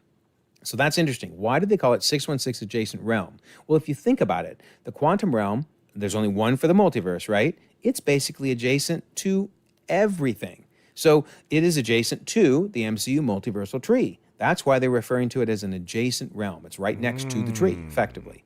And they said they handled it, so we're good for now. So one of their missions is definitely to keep an eye on their Loki's tree, the multiversal tree for the MCU, to make sure no new He Who Remains pop up, and if so, they keep an eye on them. So we also see them all. So can branches of different multiversal trees touch? I believe they can. I just don't know if they have yet. But yeah, I think they can. Working together in the war room as a team. That's awesome. Love that. Meanwhile, Ravonna, what's up with her, right? We last saw her in the void, just laying there. She sits up. She sees a pyramid and a sphinx, which does kind of make you think Rama-Tut's Kang might show up. Sure. Somebody does show up. We don't know who. Hard to tell if she's excited, scared. We don't know. We don't know what her fate is. So that's a good open question. Yep. And then we have Loki. Loki's, helping the tree grow and kind of stuck right now. So will he ever get out? I mean, I hope so. I hope he gets to see Thor at some point. I want those two to reunite. So that'll be down the road, though. Same. And then we have the Watcher. Watcher's very busy now, keeping an eye on the tree because so many branches are forming. Of course, What If Season 3 is coming out. Can't wait for that. That should be really good. And then, meanwhile, over in the X-Men universe. Yeah. So we learned from Bo DeMaio that at least X-Men 97 is somewhere separate from the MCU multiversal tree. Right. So I can only imagine that the X-Men universe is also separate from the MCU multiversal tree. It's its own tree, or not a tree, as we're going to see in a second. It's a mess. But that's why I think this is a separate TVA, and Paradox is running it. I don't know who formed the TVA. We're going to have to find that out in Deadpool and Wolverine. But I really think it's a separate TVA, and Paradox here is showing Wade the MCU. He's basically tantalizing him with it because he knows that Wade wants to go to the MCU. True. That is 100% true. And awesome. And how is he able to do that? Well, Paradox is able to show Wade the MCU because Loki's tree is now exposed to the entire multiverse. It's like this beautiful North Star shining in the sky. So I think that's how Paradox is able to show the multiversal tree, and he's basically tempting Wade, saying, hey, I'll send you there if you'll do some work for me. That could be. So what do I think Paradox wants him to do? Well, look at the monitor on the far right. I think that, in fact, I'll blow it up here. That is the X-Men timeline, which I think we're going to learn actually does branch. It looked like in Days of Future Past and in Deadpool 2 that it was Back to the Future logic. It was rewriting. I think this is showing us that instead it's been branching this whole time. So that is the X-Men universe. Remember, the TVA monitoring the MCU looks like that. A nice, beautiful tree. So that's why it just seems like this has got to be a different TVA. Yes, which is also something that we were calling out from the very first trailer. Like, the TVA just looks different. Now, it does have a lot of similarities. The question will be, is this a different TVA? And I think that will be explored in the movie. Or something strange is definitely going on. We'll learn more for sure in the movie right around the corner. But we also know that Deadpool is going to be pruned and sent to the void. And I do think there's only one void for the entire multiverse. I say that because in this void, we see Easter eggs from the MCU. There's the Shatari. And also from the X-Men universe. That's from Last Stand. And here we see a helicarrier from the MCU. So it seems like the void is the dumping ground across the entire multiverse for all the different universes. They just keep dumping stuff into the void. So, okay, great. We also see Eliath. I think it's the same Eliath that we saw in Loki, because I believe there's only one void. And I do believe that this void is somewhere that everyone is eventually going to end up, because this comic over on the left, remember, that is a Secret Wars comic. That seems to be a huge tease for Battle World, because it's issue number 5 of Secret Wars with Doctor Doom. So it may turn out the void is the only place in the entire multiverse where everyone can show up without creating incursions and causing other issues.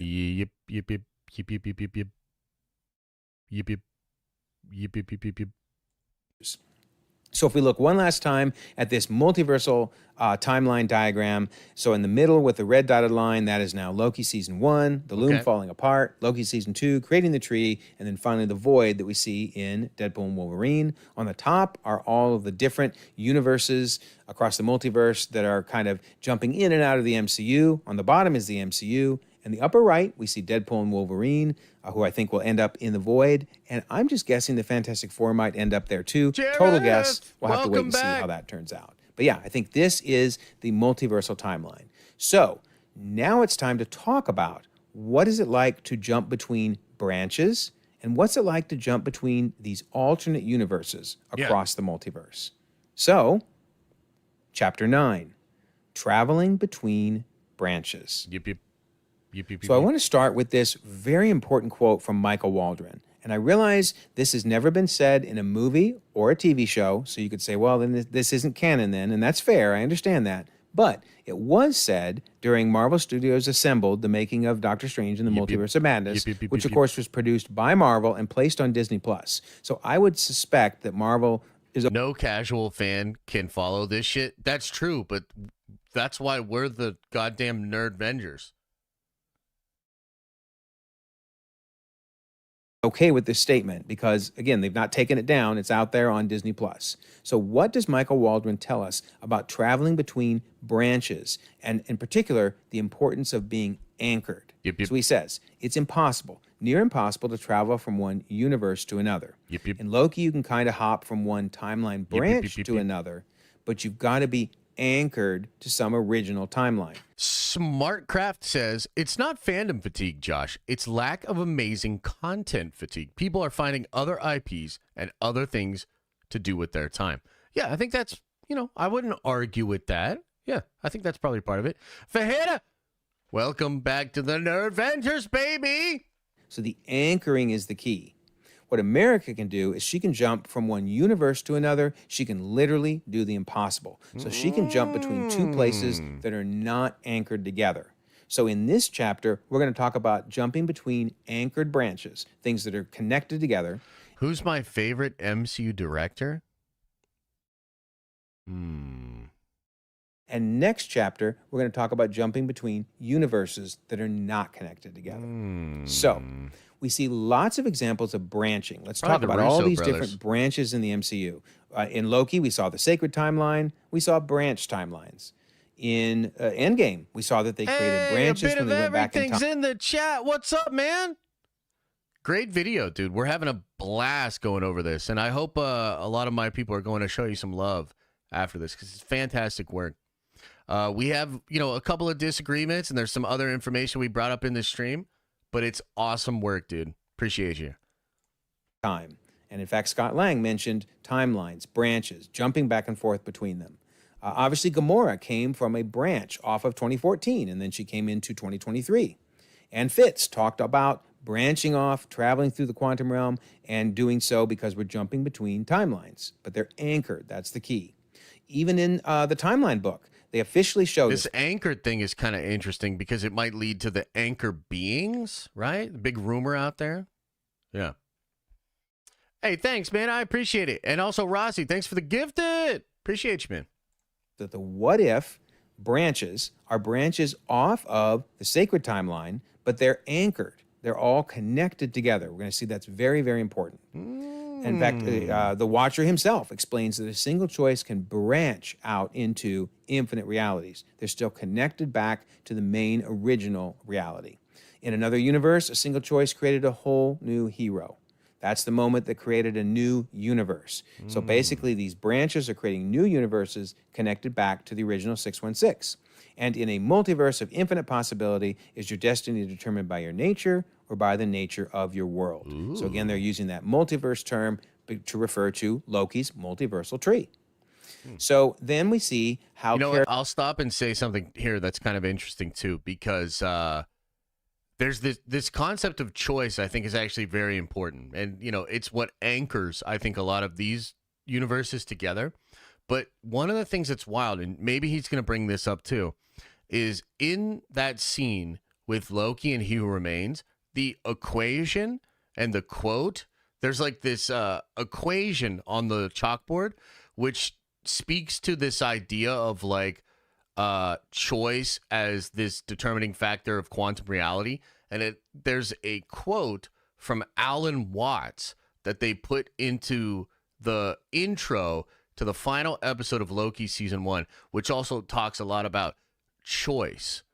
And so I wonder, is this connected? Is there something about choice and free will that is intrinsic to how the multiverse decides?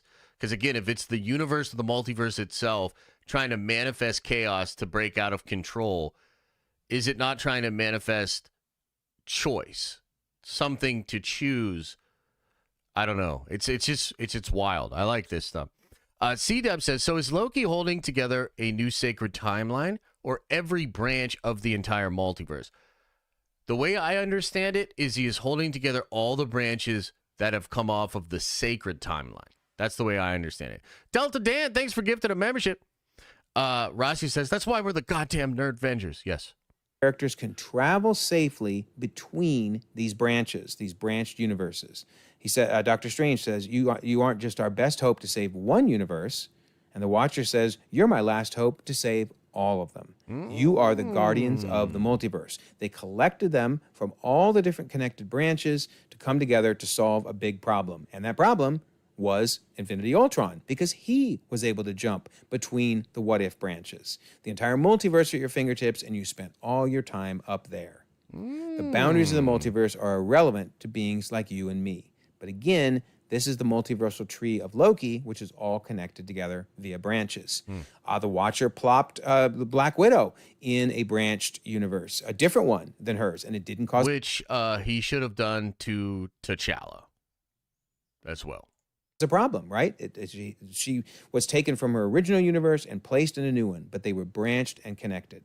Doctor Strange jumped between branches. He grabbed Kahori in one episode, he grabbed Peggy Carter in another one. And of course, the Scarlet Witch was jumping between branches, we saw repeatedly. In fact, they described it as the Scarlet Witch, Wanda Maximoff, used her powers to reach into a neighboring universe, basically a branched or connected universe. And that's so important to note because, remember, in Multiverse of Madness, Wanda could not travel to 838. Only America could, which goes back to Michael Waldron's quote, right? Because the only choice that Wanda had was either to force America to send her to the universe that she wanted to go, 838, or take America's power for her own. But notice there was no option of using a spell. Wong didn't know how to get to 838, Doctor Strange didn't know how to get there, and Wanda, who'd looked the Darkhold over from front to back, had no idea how to get to 838. So again, you can jump between branched universes, but if they're not branched to each other, if they're not connected in the same tree, you can't get there. Unless, of course, you're America Chavez. So we also see that Infinity Stones can be used across different branches of the same tree. Obviously, the whole time heist was based... Yeah, that's actually a great point.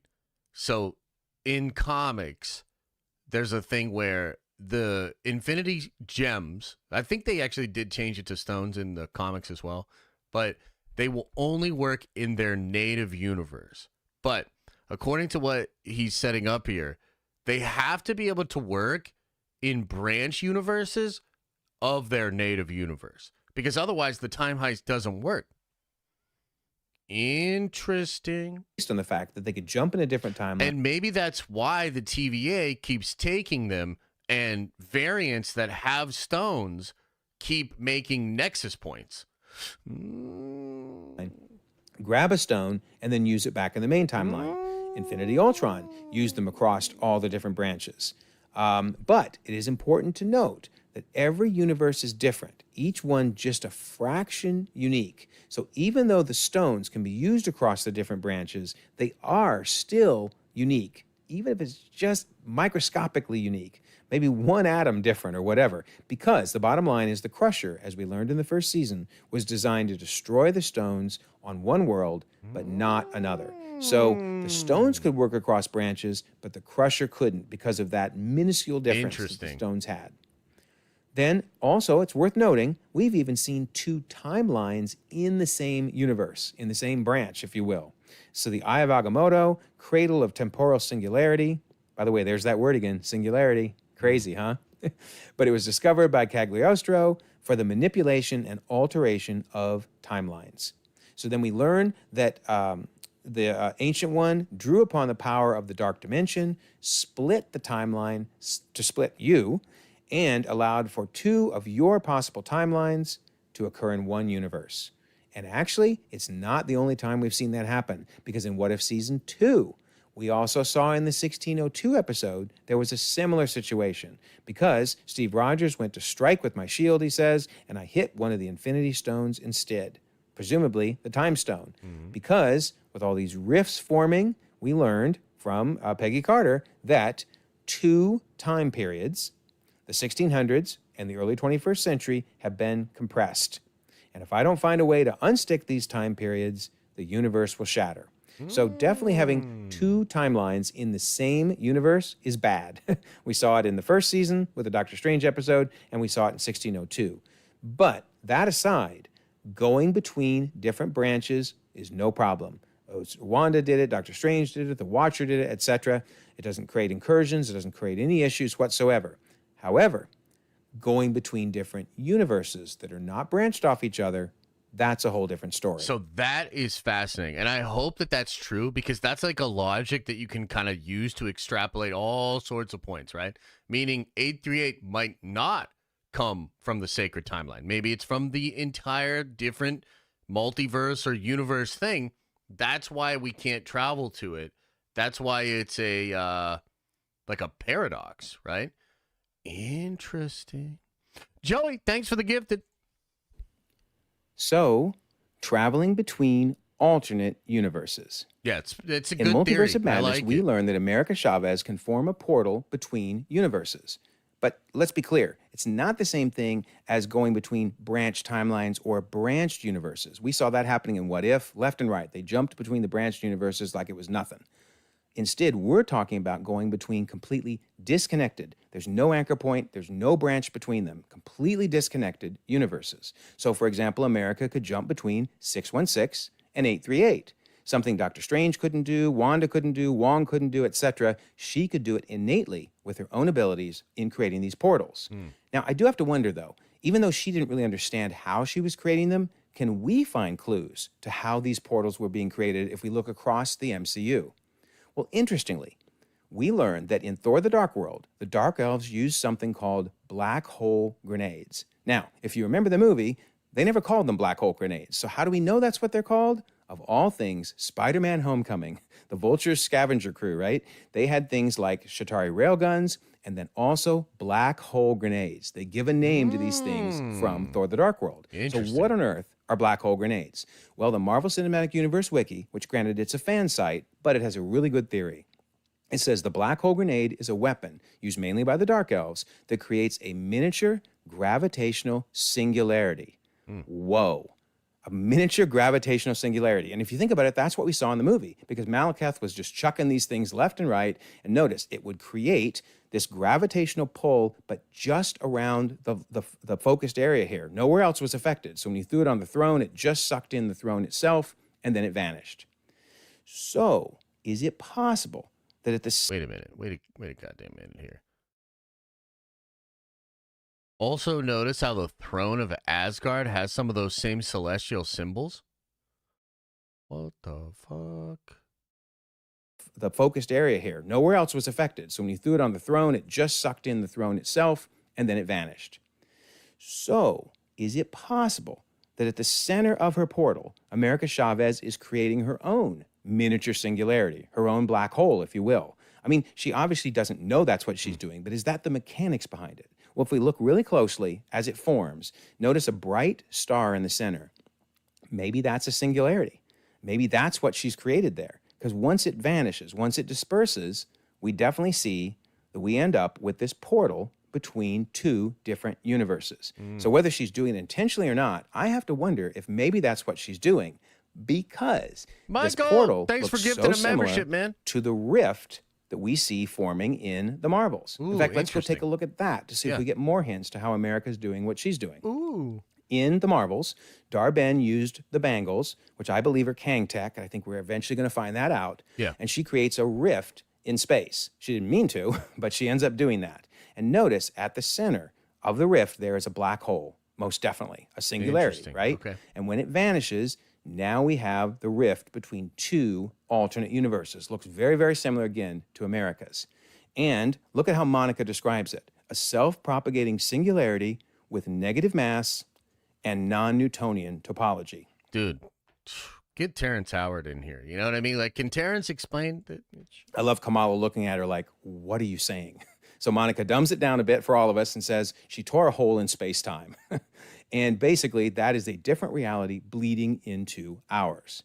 So Monica, of course, goes in, closes the rift, but she ends up on the other side where she meets Beast. Yep. And Beast explains it as best he can. He says, my theory, you somehow cross through a tear in space-time.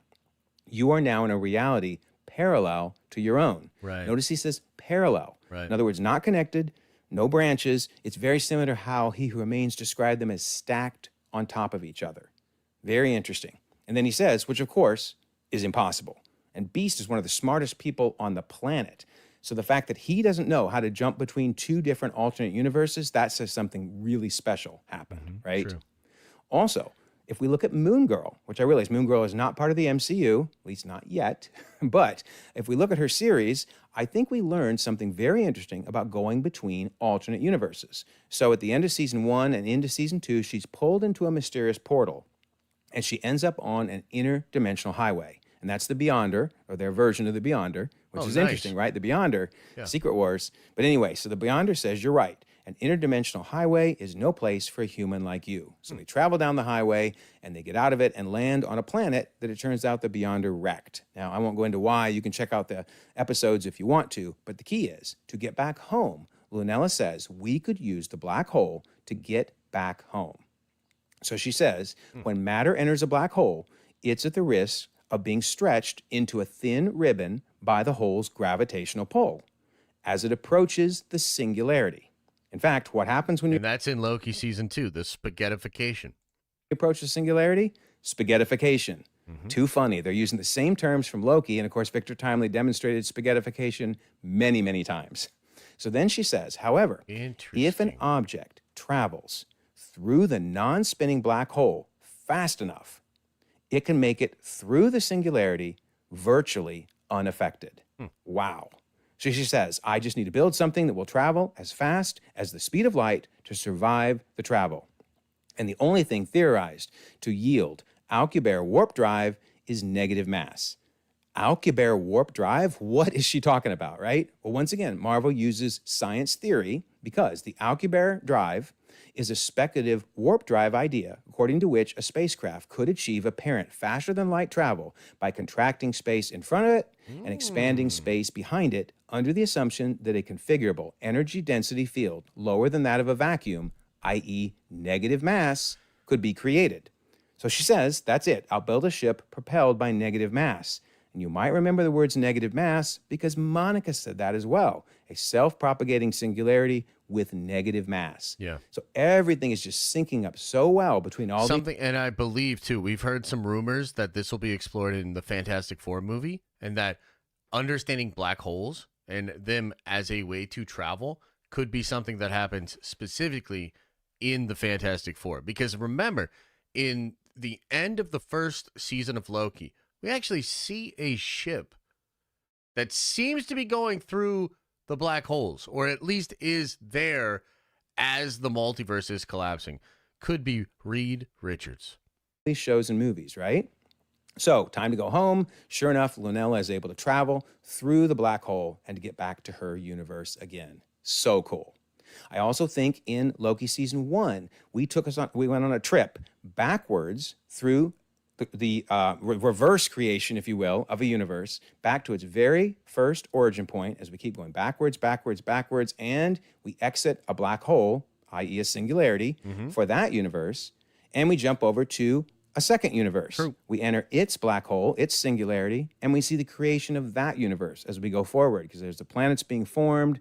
We eventually go down this, I would argue, multiversal highway, I guess, interdimensional highway, similar to what we saw in Moon Girl. A lot of this imagery is the same. It's just so cool. And of course, we then ultimately end up outside of the sacred timeline, viewing it from the Citadel at the end of time. So I think Loki's season is showing us how to exit one black hole, reverse, and then enter a second one, and to see that that is how those universes were formed. In fact, does a new universe actually get created out of a black hole? Well, yeah, we kind of saw it in What If Season 2, because we learned that Strange isn't trying to save universes, he's trying to resurrect his universe. He uses this device to ultimately, I believe, create a singularity. I mean, whether that's a white hole or a black hole, it's a little hard to tell, what they're trying to go for there, but it's definitely a singularity because Doctor Strange created this universe, but he was never born into it. So he created literally a new universe out of a singularity, a black hole. Also, I love this, the Celestials travel via a black hole. Did you notice this from the Eternals movie? Arishem, at the end of the movie, when he leaves, he forms a black hole. That's what he enters into, and it closes, and he's gone to seemingly appear at the World Forge, which may be in a different dimension, different universe. We're not sure where that's located. But yeah, even the Celestials traveled via a black hole. So we're seeing repeatedly these black holes are being used to jump between alternate universes. And only America is able to do it on her own. Everybody else had to do it through either Kang tech, accidents, etc. In fact, look at this. The destruction of asteroid M in X-Men 97. Is this creating a black hole? So nukes are sent into the core of asteroid M, and when it blows up, watch this, something is definitely forming on the inside. Is this supposed to be a black hole?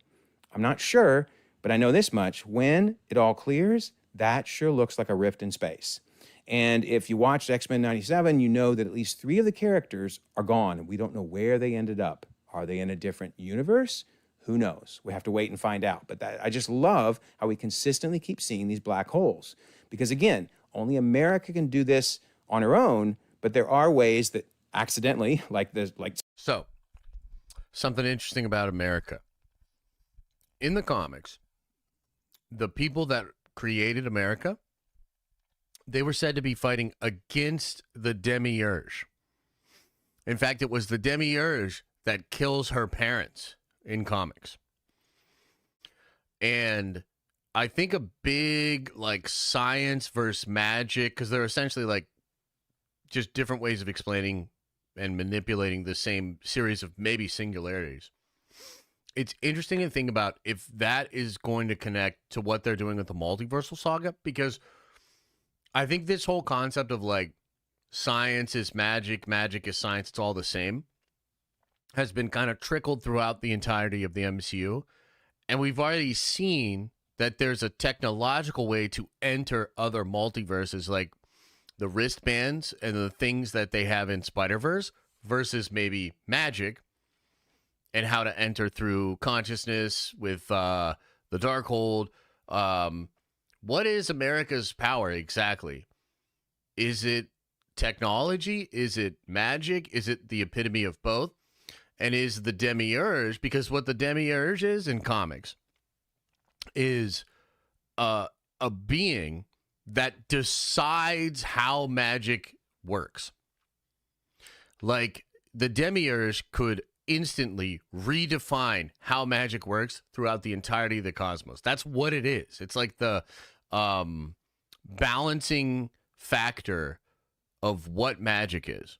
And so it's so interesting that what Marvel is doing right now is they've clearly established America and her power as something that works outside of the normal laws that govern the universe. And there's something with Wanda and the fact that she was looking for her kids, and we're going to see Wiccan. We're going to see Tommy, and he's going to be explored. Or is it Billy? I think it's Billy. We're going to see him explored in Agatha and potentially even more stuff, right? In Children's Crusade, Vision Quest, and stuff like that. So, are you going to see something in which magic versus technology is manifest in these characters? There's also this really interesting part in Multiverse of Madness where Wanda says that America is not a child. She is a supernatural entity or something like that. She says that at the beginning of the movie when Steven's trying to convince her that this is bad. And she's like, she's not a child. She's a supernatural entity. So there's definitely something weird going on with America and Wanda and maybe Wanda's kid. Sending nukes at this thing, you can create these rifts. Speaking of accidents, so what does this mean then for the fact that Doctor Strange essentially created a portal between universes, right? He pulled in all the villains, the 2 Spider-Men, Venom, sort of Morbius. I don't know what was going on with Morbius. He didn't pull in Morbius, but sent Vulture to Morbius's world. But regardless, did Doctor Strange do this? I thought only America could do it, right? Well, we have to look at the details here. The spell he used travels the dark borders between known and unknown reality. Ooh. And on top of that, Peter changed the spell 6 times. Ooh. That spell was out of control. If I hadn't shut it down, something catastrophic could have happened. And of course, something catastrophic does end up happening. But the key is, this was not intentional. He had no idea how it happened. It was a combination of mistakes. And I do not think he could have recreated it as easily as he did here. He shut it off. He reversed it. But creating a new one, no, I don't think he can, because in Multiverse of Madness, remember, Doctor Strange couldn't get to 838 and certainly couldn't get back home to 616. He needed America to do it. So Doctor Strange couldn't cast a spell, Wong couldn't cast a spell, Scarlet Witch couldn't cast a spell. That's because alternate universes, disconnected, you can't do it. You cannot do it unless apparently you're America Chavez, who can do it innately, or you manage to create a black hole. So very, very cool. I love how consistent all of this is across the MCU. But that does lead to the next chapter, which discusses what happens when these universes start to collide. Chapter 11, Incursions Between Universes. So we see in Loki Season 1 that alternate universes are stacked on top of one another, because He Who Remains shows this image of the different alternate universes, and don't they look so nice and neat, like there'd never be a problem between them? Well, it turns out there's at least 3 ways that you can have incursions form between alternate universes. So Reed Richards in Multiverse of Madness lays out each of the ways it can happen. First, he explains, an incursion occurs when the boundary between 2 universes erodes and they collide, destroying one or both entirely. Yeah. So basically, if the boundary erodes, you can have an incursion. And I think we see an example of that illustrated by Kang in Quantumania, right? He says the other Kangs, were playing with time like children. Yeah. And then he shows an illustration. He creates a circle, which I believe is an example of one universe. And he says, I saw their chaos. And then he throws that circle in the air, and another circle forms down below. And he says their chaos was spreading across realities. Universes colliding. And notice the branches now are forming off of what otherwise was a perfectly nice circle. Slowly the branches are forming upwards and downwards until you end up with endless incursions. So basically he's showing us how these 2 universes are going to cause a problem because they were playing with time, right? I saw the multiverse and it was dying. So very cool. I'm pretty sure that's an illustration of what Reed Richards was explaining. Yes. Also, I love this interview from Kate Herron way back in 2021.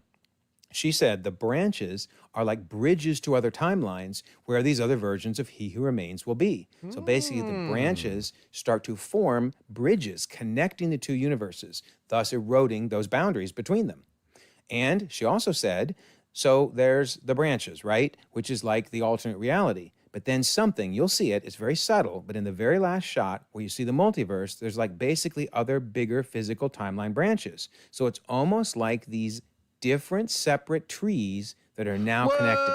Can you believe that? She literally used the word tree as in like... Yeah, dude. And again, and this is something like, this goes back to the show Bible and what Bo was told. And I think maybe a greater understanding of how this all ties together.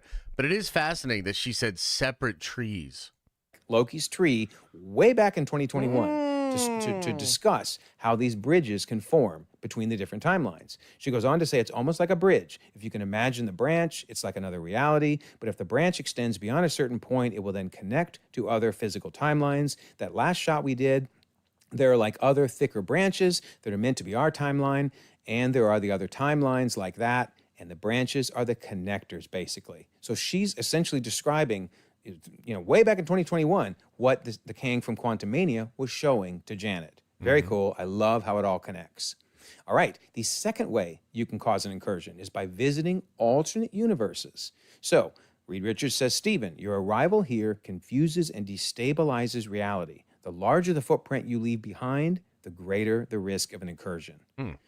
And I think we saw that in No Way Home, right? Because Doctor Strange realized they got to get those villains and the Spider-Man back to their universe. He says, I need you to capture them and bring them here while I figure out how to get them back home before they destroy the fabric of reality. So basically, we started to see an incursion forming because those villains and ultimately the Spider-Man were in the wrong universe. So going to an alternate universe, big time problem. However, we've seen multiple times that going to branched universes is not an issue, right? Gamora came from the 2014 branch. We saw the Watcher putting Black Widow in another branch, etc. They jumped all over to different branches throughout What If, the Time Heist, etc. Never were any issues of incursions. So that's really important to notice. And it does make you have to wonder, why don't we have an incursion? in the Morbius post-credit scene? Or eventually, would we have gotten one? Because the Vulture was sent to Morbius's universe. Oh, worst post-credit scene ever, right? Yeah. I'm not sure how I got here. Has something to do with Spider-Man, I think. Yeah, dude. Ugh. Those fucking geniuses over at Sony. Holy shit. Oh, so painful. So painful. I mean, first of all, there's no way Doctor Strange's spell would randomly throw Vulture into the Morbius universe. But even if it did, the Morbius universe, which I think is the same as the Venom universe, would be destroyed. So it's ridiculous. And actually, I think Sony did a mea culpa and fixed this, because in Across the Spider-Verse, they seem to imply the Collider event is why Vulture was shot into Morbius, not because of Doctor Strange's spell. So Spider-Gwen says, "You're not my Vulture. What are you, made of parchment?" And we see a Vulture from a different universe. What cursed world have you brought me to? Well, you were having an espresso in some old-timey Leonardo da Vinci dimension, and suddenly a portal opens up and you wind up here. And that portal is because of the Collider event into the Spider-Verse. Then Miguel says, "You left a hole wide enough for guys like him to randomly get shot into the wrong dimension. Now I'm stuck putting everybody back where they belong." So I'm hoping that Miguel essentially put Vulture back in 616 and just erased that terrible post-credit scene. But I love the idea that Morbius and that post-credit scene didn't happen because of Doctor Strange's spell, that it happened actually because of the Collider event. Beautiful, beautiful. All right, so the third and final way that you can create an incursion is dream walking. So Reed Richards explains that the variant of Doctor Strange, the Doctor Strange from their universe, had been dream walking, and he inadvertently triggered an incursion, the annihilation of another universe. So that actually did physically create an incursion. It wiped out a whole nother universe. So basically, you can create incursions by the boundaries being eroded, by going to a different universe, and also by dream walking. So very, very dangerous ways to make those alternate universes create incursions. So now it's time to summarize all this in our final chapter. Okay, here we go. Chapter 12, Conclusions about the multiverse. Let's go. So we're going to summarize everything we've learned about the difference between branched versus alternate universes. Okay. And we're going to look at 3 key categories: movement between them, incursion risk, and how the Infinity Stones operate. So movement between branched universes. We've seen it happen 3 different ways: via magic, Doctor Strange and Wanda; via science, the Time Heist and Agents of S.H.I.E.L.D., and via innate powers, because the Watcher is a 5th-dimensional being. He can jump at will between branches and even jump outside the tree. Incursion risk. We learn that there is no risk created by visiting other branches. Infinity Stones. The stones are similar enough to be used between branches. We saw it during the Time Heist, and we've seen Infinity Ultron do it. I do think he's right Alternate about that. universes. How about movement between alternate universes? 4 different ways we've seen that happen. Using black holes, the Marvels, Moon Girl. Via magic, it's a very unwise thing to do, but you can use the Darkhold to dreamwalk. Science, it seems that the Kang tech allowed that original meeting between the Kangs. And also, I would add the Spider-Verse. I think the science via Spider-Verse, which again was going to connect Kang to Miguel, that's also science. To maybe create a black hole or a rift using his tech. In fact, that may be, in fact, how it happened in the Marvels, right? And we see that innate powers, there's only one person in the universe, and that is America Chavez. And by the way, America also has no variants. This is something they explain in the movie, but it's worth bringing up again. She is one of one. There's no other America.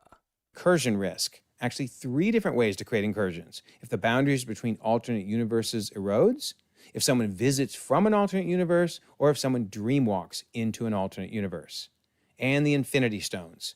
They are unique enough across each alternate universe to create different realities, paint, cubed, animated, or even different flows of time.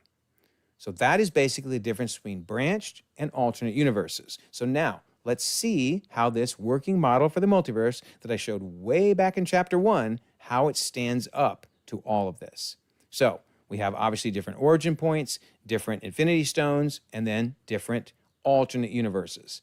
They are basically stacked upon one another, just like He Who Remains mentioned. And without people playing with time and creating problems, there's no problem, right? They keep separate and life is wonderful. So let's talk about 616. 616 is a universe and it has branched universes off of it. And collectively, they are Loki's multiversal tree. Okay? So how about moving between branches in that tree? Well, we've definitely seen it happen during the Time Heist. The TVA does it. Loki does it. Sylvie does it with the McDonald's universe. Fitz did it. The Watcher can do it on his own. Wanda did it. Doctor Strange did it. Gamora did it, jumping between branches. And of course, Black Widow was placed in a different branch. So there's no problem, does not create incursions. And traveling between them is definitely possible in many different ways. We also see the Infinity Stones work. In the Time Heist and Infinity Ultron proved that you can move between branches and use the stones. Now, we did see that the Stone Crusher is unique per universe, so it was unable to crush the stones, but the stones themselves can be used across branches. And we did also see that you do not want to combine timelines in the same universe. Very, very bad, as we saw in the 1602 What If episode. All right. What about some of these other alternate universes? Well, of course, 838 was visited by America. She was able to jump between them. She's the only one that can do it. And she brought with her Doctor Strange. And in fact, they went on quite a tour of the multiverse. They saw paint, they saw animated, etc. We learned that these alternate universes can indeed cause incursions if you play with time, like the Kang Council has done. And that could create incursions between universes. In fact, we almost saw one happen during No Way Home, when the Spider-Man and the villains were pulled into 616 via the botched spell of Doctor Strange. Yep. We also see that you can create a rift between alternate universes, a rift in space via a black hole, and that is how Monica was able to get over to see Beast. We've also seen that in the X-Men universe, Deadpool was able to jump between the branches. It initially seemed like what he was doing was rewriting time, but I'm beginning to wonder if there are indeed branches, because it certainly looks like the Deadpool TVA is monitoring branches. And of course, that's why I think they're separate from the 616 TVA, because in that one, they're now monitoring Loki's tree. So I really do think they're different, but we'll find out in Deadpool and Wolverine. And the other thing we learned from the trailers for Deadpool and Wolverine is there's only one void, and I do think that's where both he and Wolverine, both Deadpool and Wolverine, will end up at the end of the movie. So we'll have to wait and see. So there you go. I still don't know what to call the whole thing. Yeah. I don't know whether to call it a forest of trees or a megaverse. I think that would work. So I'm hoping Marvel will give us that word at some time, but I do think this model works perfectly for the multiverse. And that's why I keep showing this multiversal timeline, so kind of keep this in mind. We're going to learn a lot more when we get to Deadpool and Wolverine and also Fantastic Four.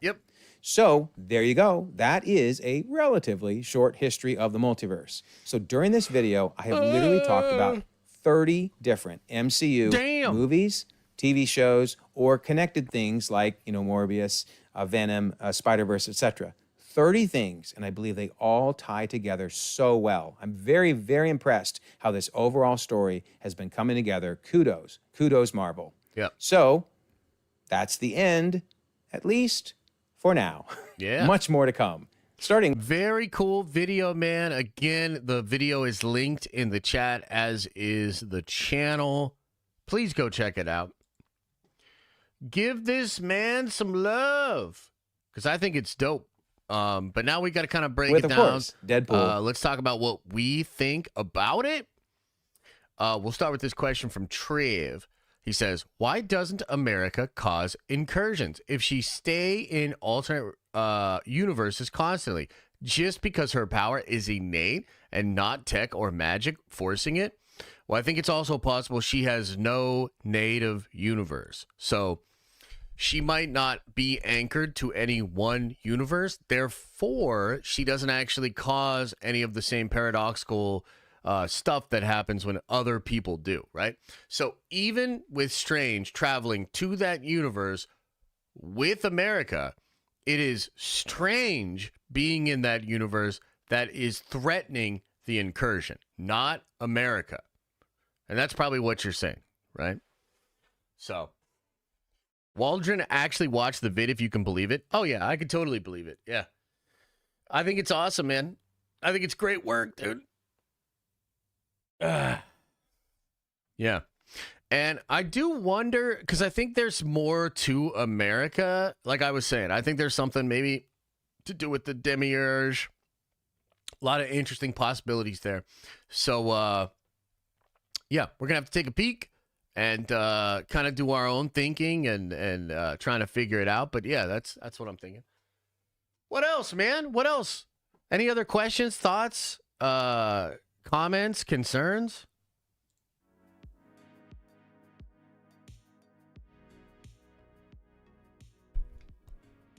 Yeah. A lot of love over on Twitch. That's cool. Appreciate you guys. These eyes have seen a lot of love, but they're never going to see another love like they have in you. Sydney Sweeney. Nice. Well done. Well done. Really appreciate your channel and theories. Thanks, man. Thanks. Yeah, I'm one of these channels that kind of came up with Marvel. And I'm going down with the fucking ship. I don't give a fuck. Yeah, Marvel falling off a little bit. I'm still riding. I still believe. By the way, I'm curious, dude. A bit of everything. I think your name is Joff. Do you agree that Kevin Feige is going to turn this around and that we're going to get back to our former glory? Because because that's what I believe. I believe that. Joff, my son came up with it. Oh, okay. That's cool. That's a good name. Yeah, me too. Me too. Nice. Heck yeah. Well, dude, we should get on a stream sometime together, man. Get you on here. We can have a conversation about all this stuff. That'd be fun. Should be real fun. Josh, I need a hangover cure. Take some like aspirin or Advil. Drink a lot of water. Maybe some CBD. Yeah. Rossi says, you have bad taste if you like this channel. Yeah, well, why are you here every day then? Sheesh. I love a good Bloody Mary, dude. A good Bloody Mary? Oh, I kind of want one right now. Oh, dude. I love when you go on vacation, right? And you have just a little too much. And then you wake up and you have this big brunch with Bloody Marys and mimosas. And you're just filling your gut, dude. Having some Bloody Marys. Woo! Riley says, gifted members, this was a sneak peek into the other deep dives. If you like them, check them out. Yeah, that's true. We do a lot of deep dives here with the community on Wednesday nights. We did our Deadpool deep dive Wednesday night. We started it. Oh, it's fantastic. Some great interviews with Rob Liefeld. I love Rob Liefeld. I love the energy that he brings. And he's super excited about Deadpool, as are all of us. Rossi. Andrew says, no matter what Marvel does, they will never live up to their potential because of the characters and concepts they won't use because they seem too violent for audiences and they pander to countries. I mean, I understand. I think I get what you're saying. I disagree. I don't think that's even the limitation. But yeah, it's a consideration, and they obviously do that. But we're about to see the first R-rated Deadpool, or the first R-rated Marvel movie in the MCU, and it's also going to do some heavy lifting for the multiversal saga. So I just can't agree. I mean, we're literally about to see the movie that kind of counters your point. You know what I mean? Afternoon margaritas is where it's at. Oh, I see. Oh, I see. Yeah, or a mimosa. I like mimosas for sure. I like mimosas. I like Bloody Marys more. But okay, so with the logic of this video, is the X-Men in 616 on a different timeline, or how do we get them to 616? So I think there are a couple of different options here, which also, I don't know if Joff was here when I was talking about this, okay? So right now, one of the big rumors that's kind of interesting is the Fantastic Four is going to be in a different universe, not the 616. It's going to be different. One of the things I thought of was it's possible that He Who Remains, when he created the sacred timeline, he kept different branches, maybe even because of the fixed points, right? Maybe he kept the branches where you would have the X-Men, you'd have the Fantastic Four in a separate universe, then you'd have the Avengers in a separate universe, maybe the Spider People in a different universe. And so what you had was the preventing of an alliance between the X-Men, Fantastic Four, and Spider-Man. Okay? So it's possible that even the sacred timeline has a Fantastic Four universe, and it has an X-Men universe, and it has a universe where Spider-Man's the main, universe, right? So that's one option. Another option is just within the multiverse itself, there are other timelines where the X-Men become the thing. So it's possible that, like, Sacred Timeline is just Avengers, and that's one tree. Then you have, like, all the Fox movies. Maybe that's one tree. Then you have all the animated stuff. Maybe that's one tree, right? So it's up for debate. I kind of still feel like the X-Men we see in the Marvels, at the end of the Marvels, I feel like that has to be an adjacent timeline to 616. But that kind of goes against the logic that he was expressing in the video. So he's kind of saying that, because there's like a couple of things I kind of disagree with the logic, right? But he's suggesting, and I do think, so I think there's some truth in what he's saying. I just don't know if we come to the same conclusions. So, meaning, timelines that branch, it seems like it's much easier to travel between them. And it could be the case that the stones, because it's all coming from the same singularity, right? It could be the case that all the branch timelines that come from one singularity are, the stones are able to be used across those branches. But maybe they don't work in a completely different singularity and all the branches that come off from that singularity, right? And I think when it comes to like the universes that are stacked on top of each other, right? It's curious as to whether or not those are all separate singularities, or are those all branches from a single singularity. And furthermore, is the sacred timeline, because here's something that I think could be the case. The sacred timeline could be the very first singularity out of all of them, because in Marvel Comics there are different versions of the cosmos, okay? And there's a being known as the first firmament. The first firmament is like a celestial entity that is a representation of the very first version of the cosmos before there was a multiverse.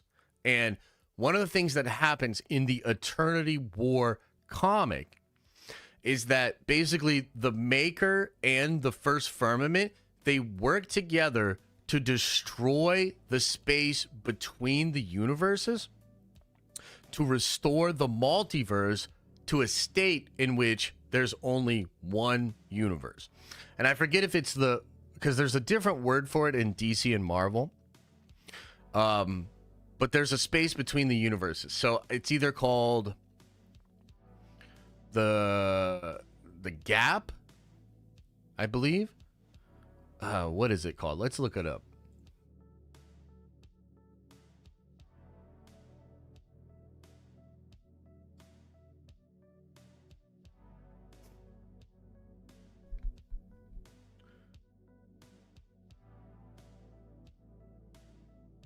The super flow. That's what it is.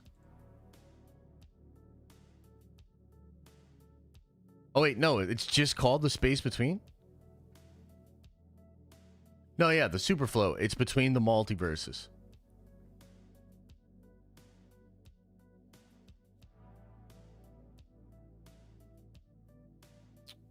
Yeah.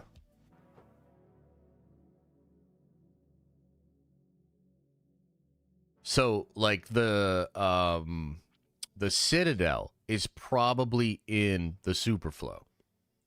So anyway, what am I saying with the that entity? So, it's possible the sacred timeline is the very first singularity and is somehow important, like a linchpin of sorts for the entirety of the multiverse. Because if you fuck with that, maybe you then especially if there's consequential paradoxical time travel, which we know there is. If you destroy the sacred timeline, it's possible you destroy everything, right? Yeah, I don't even remember the question, but that's the answer. Locationary says, do you think they'll release a PG cut of Deadpool so the kids are able to understand the MCU's future? It's possible. Yeah, it's possible. The bleed in DC. Okay, gotcha. Yeah, it's possible. Yeah. So it's going to be interesting to see how this all shakes out, because there's like big rumors of Eternity War and of Eternity being important to what Kang is doing. In Quantumania, he says, we will destroy Eternity, right? And Eternity War is a trademark that Marvel recently renewed. So they're using it, you know, or they have plans to use it right now. What does it mean? I don't know. But it's interesting, right? Yeah, the Gap Junction, Peter Quill's mom. Is that in that movie? I'm not sure if that's in that film. You'd have to fill me in on what that. What does it have to do with Peter's mom?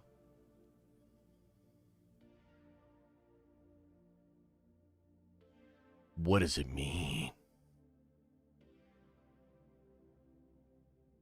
If each tree is different universe, does that mean the tree has a different eternity? I think there are separate eternities, yeah. But it's also possible that, like, they're separate but one as well.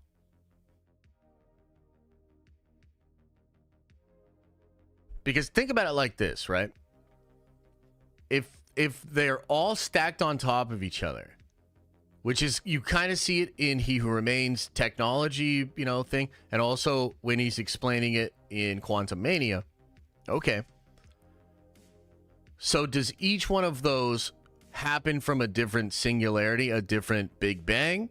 And when that happens, does that create another eternity? Is eternity made up of every possible timeline and every possible person's choices, everything in each particular singularity created universe? Damn. I don't know. Are we talking about Thor 4 Eternity? Well, Thor 4's Eternity is found at the center of the universe. The Eternity also grants a wish to the first person that finds it, right?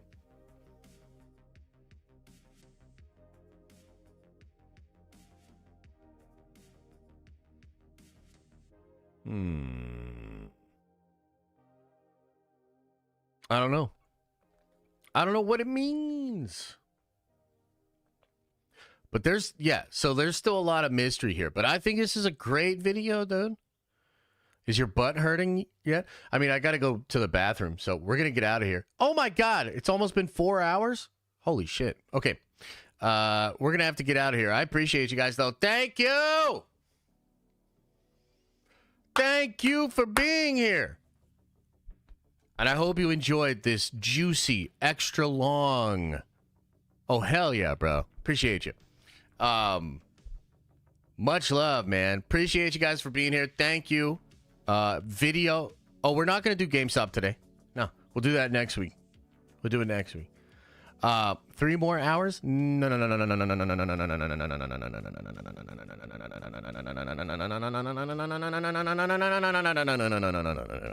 We're gonna do it next week. But guess what? Tomorrow morning at 11, we are going to watch Morbius on Twitch. I'll post about it in the Discord. I'll post about it on Twitter. We're going to watch Morbius on Twitch tomorrow. It's going to be cool. Come on by for that. Hell yeah. All right, everybody. Appreciate you guys. Much love. I'll see you tomorrow morning. Ta-ta for now.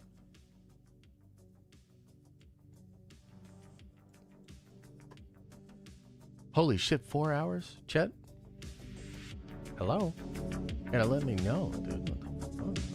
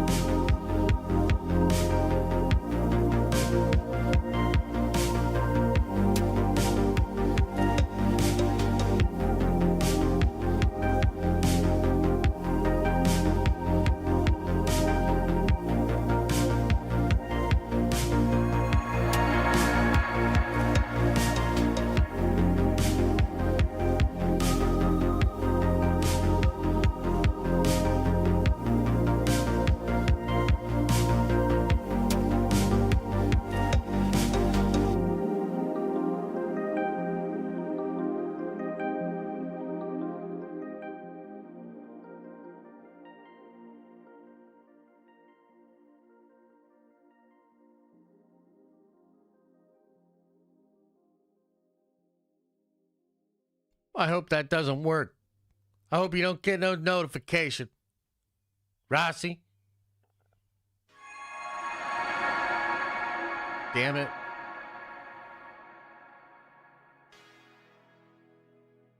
A bit of everything. I'm sorry about Josh's behavior today.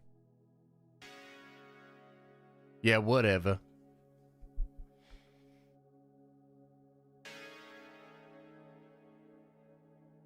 Is everybody gone? Did everybody leave?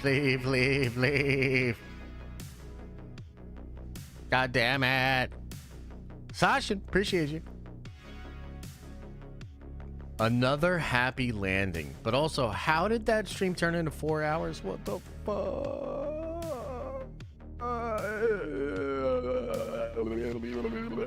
It's my day started off. I was like, dude, I can't even think, man.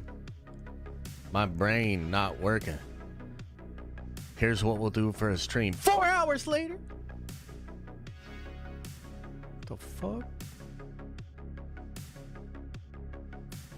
But I appreciate it, chat, and I appreciate the support. I appreciate your attention. I appreciate the subscribes, the members, the gifted members, chatting, commenting, liking, sharing.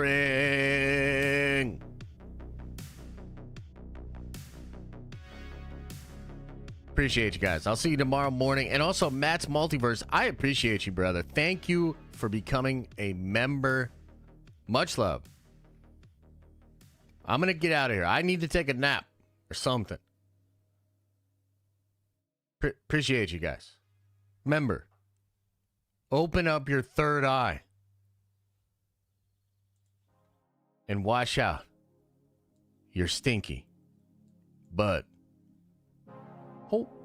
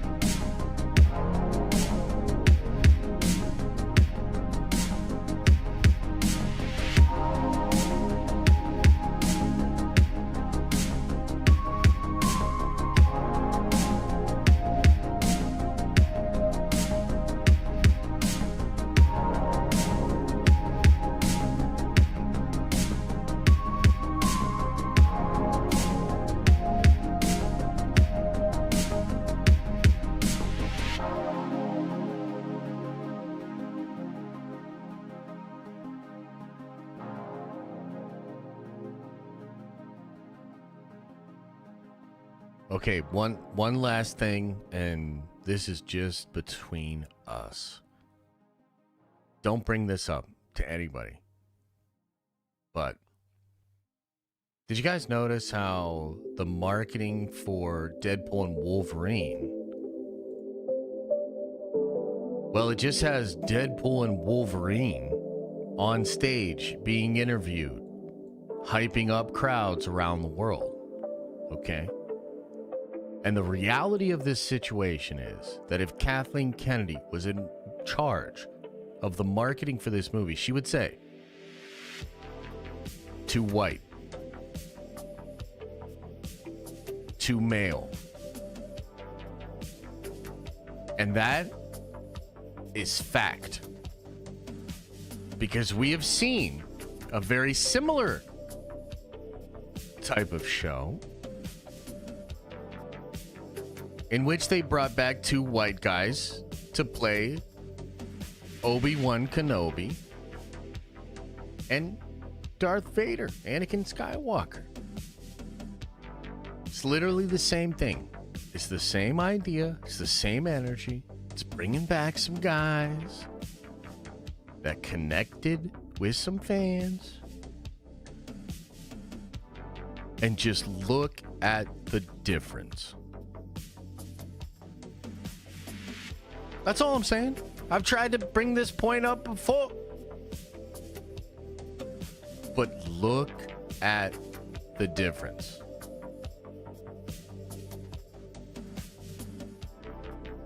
And never bring it up again. Okay, bye.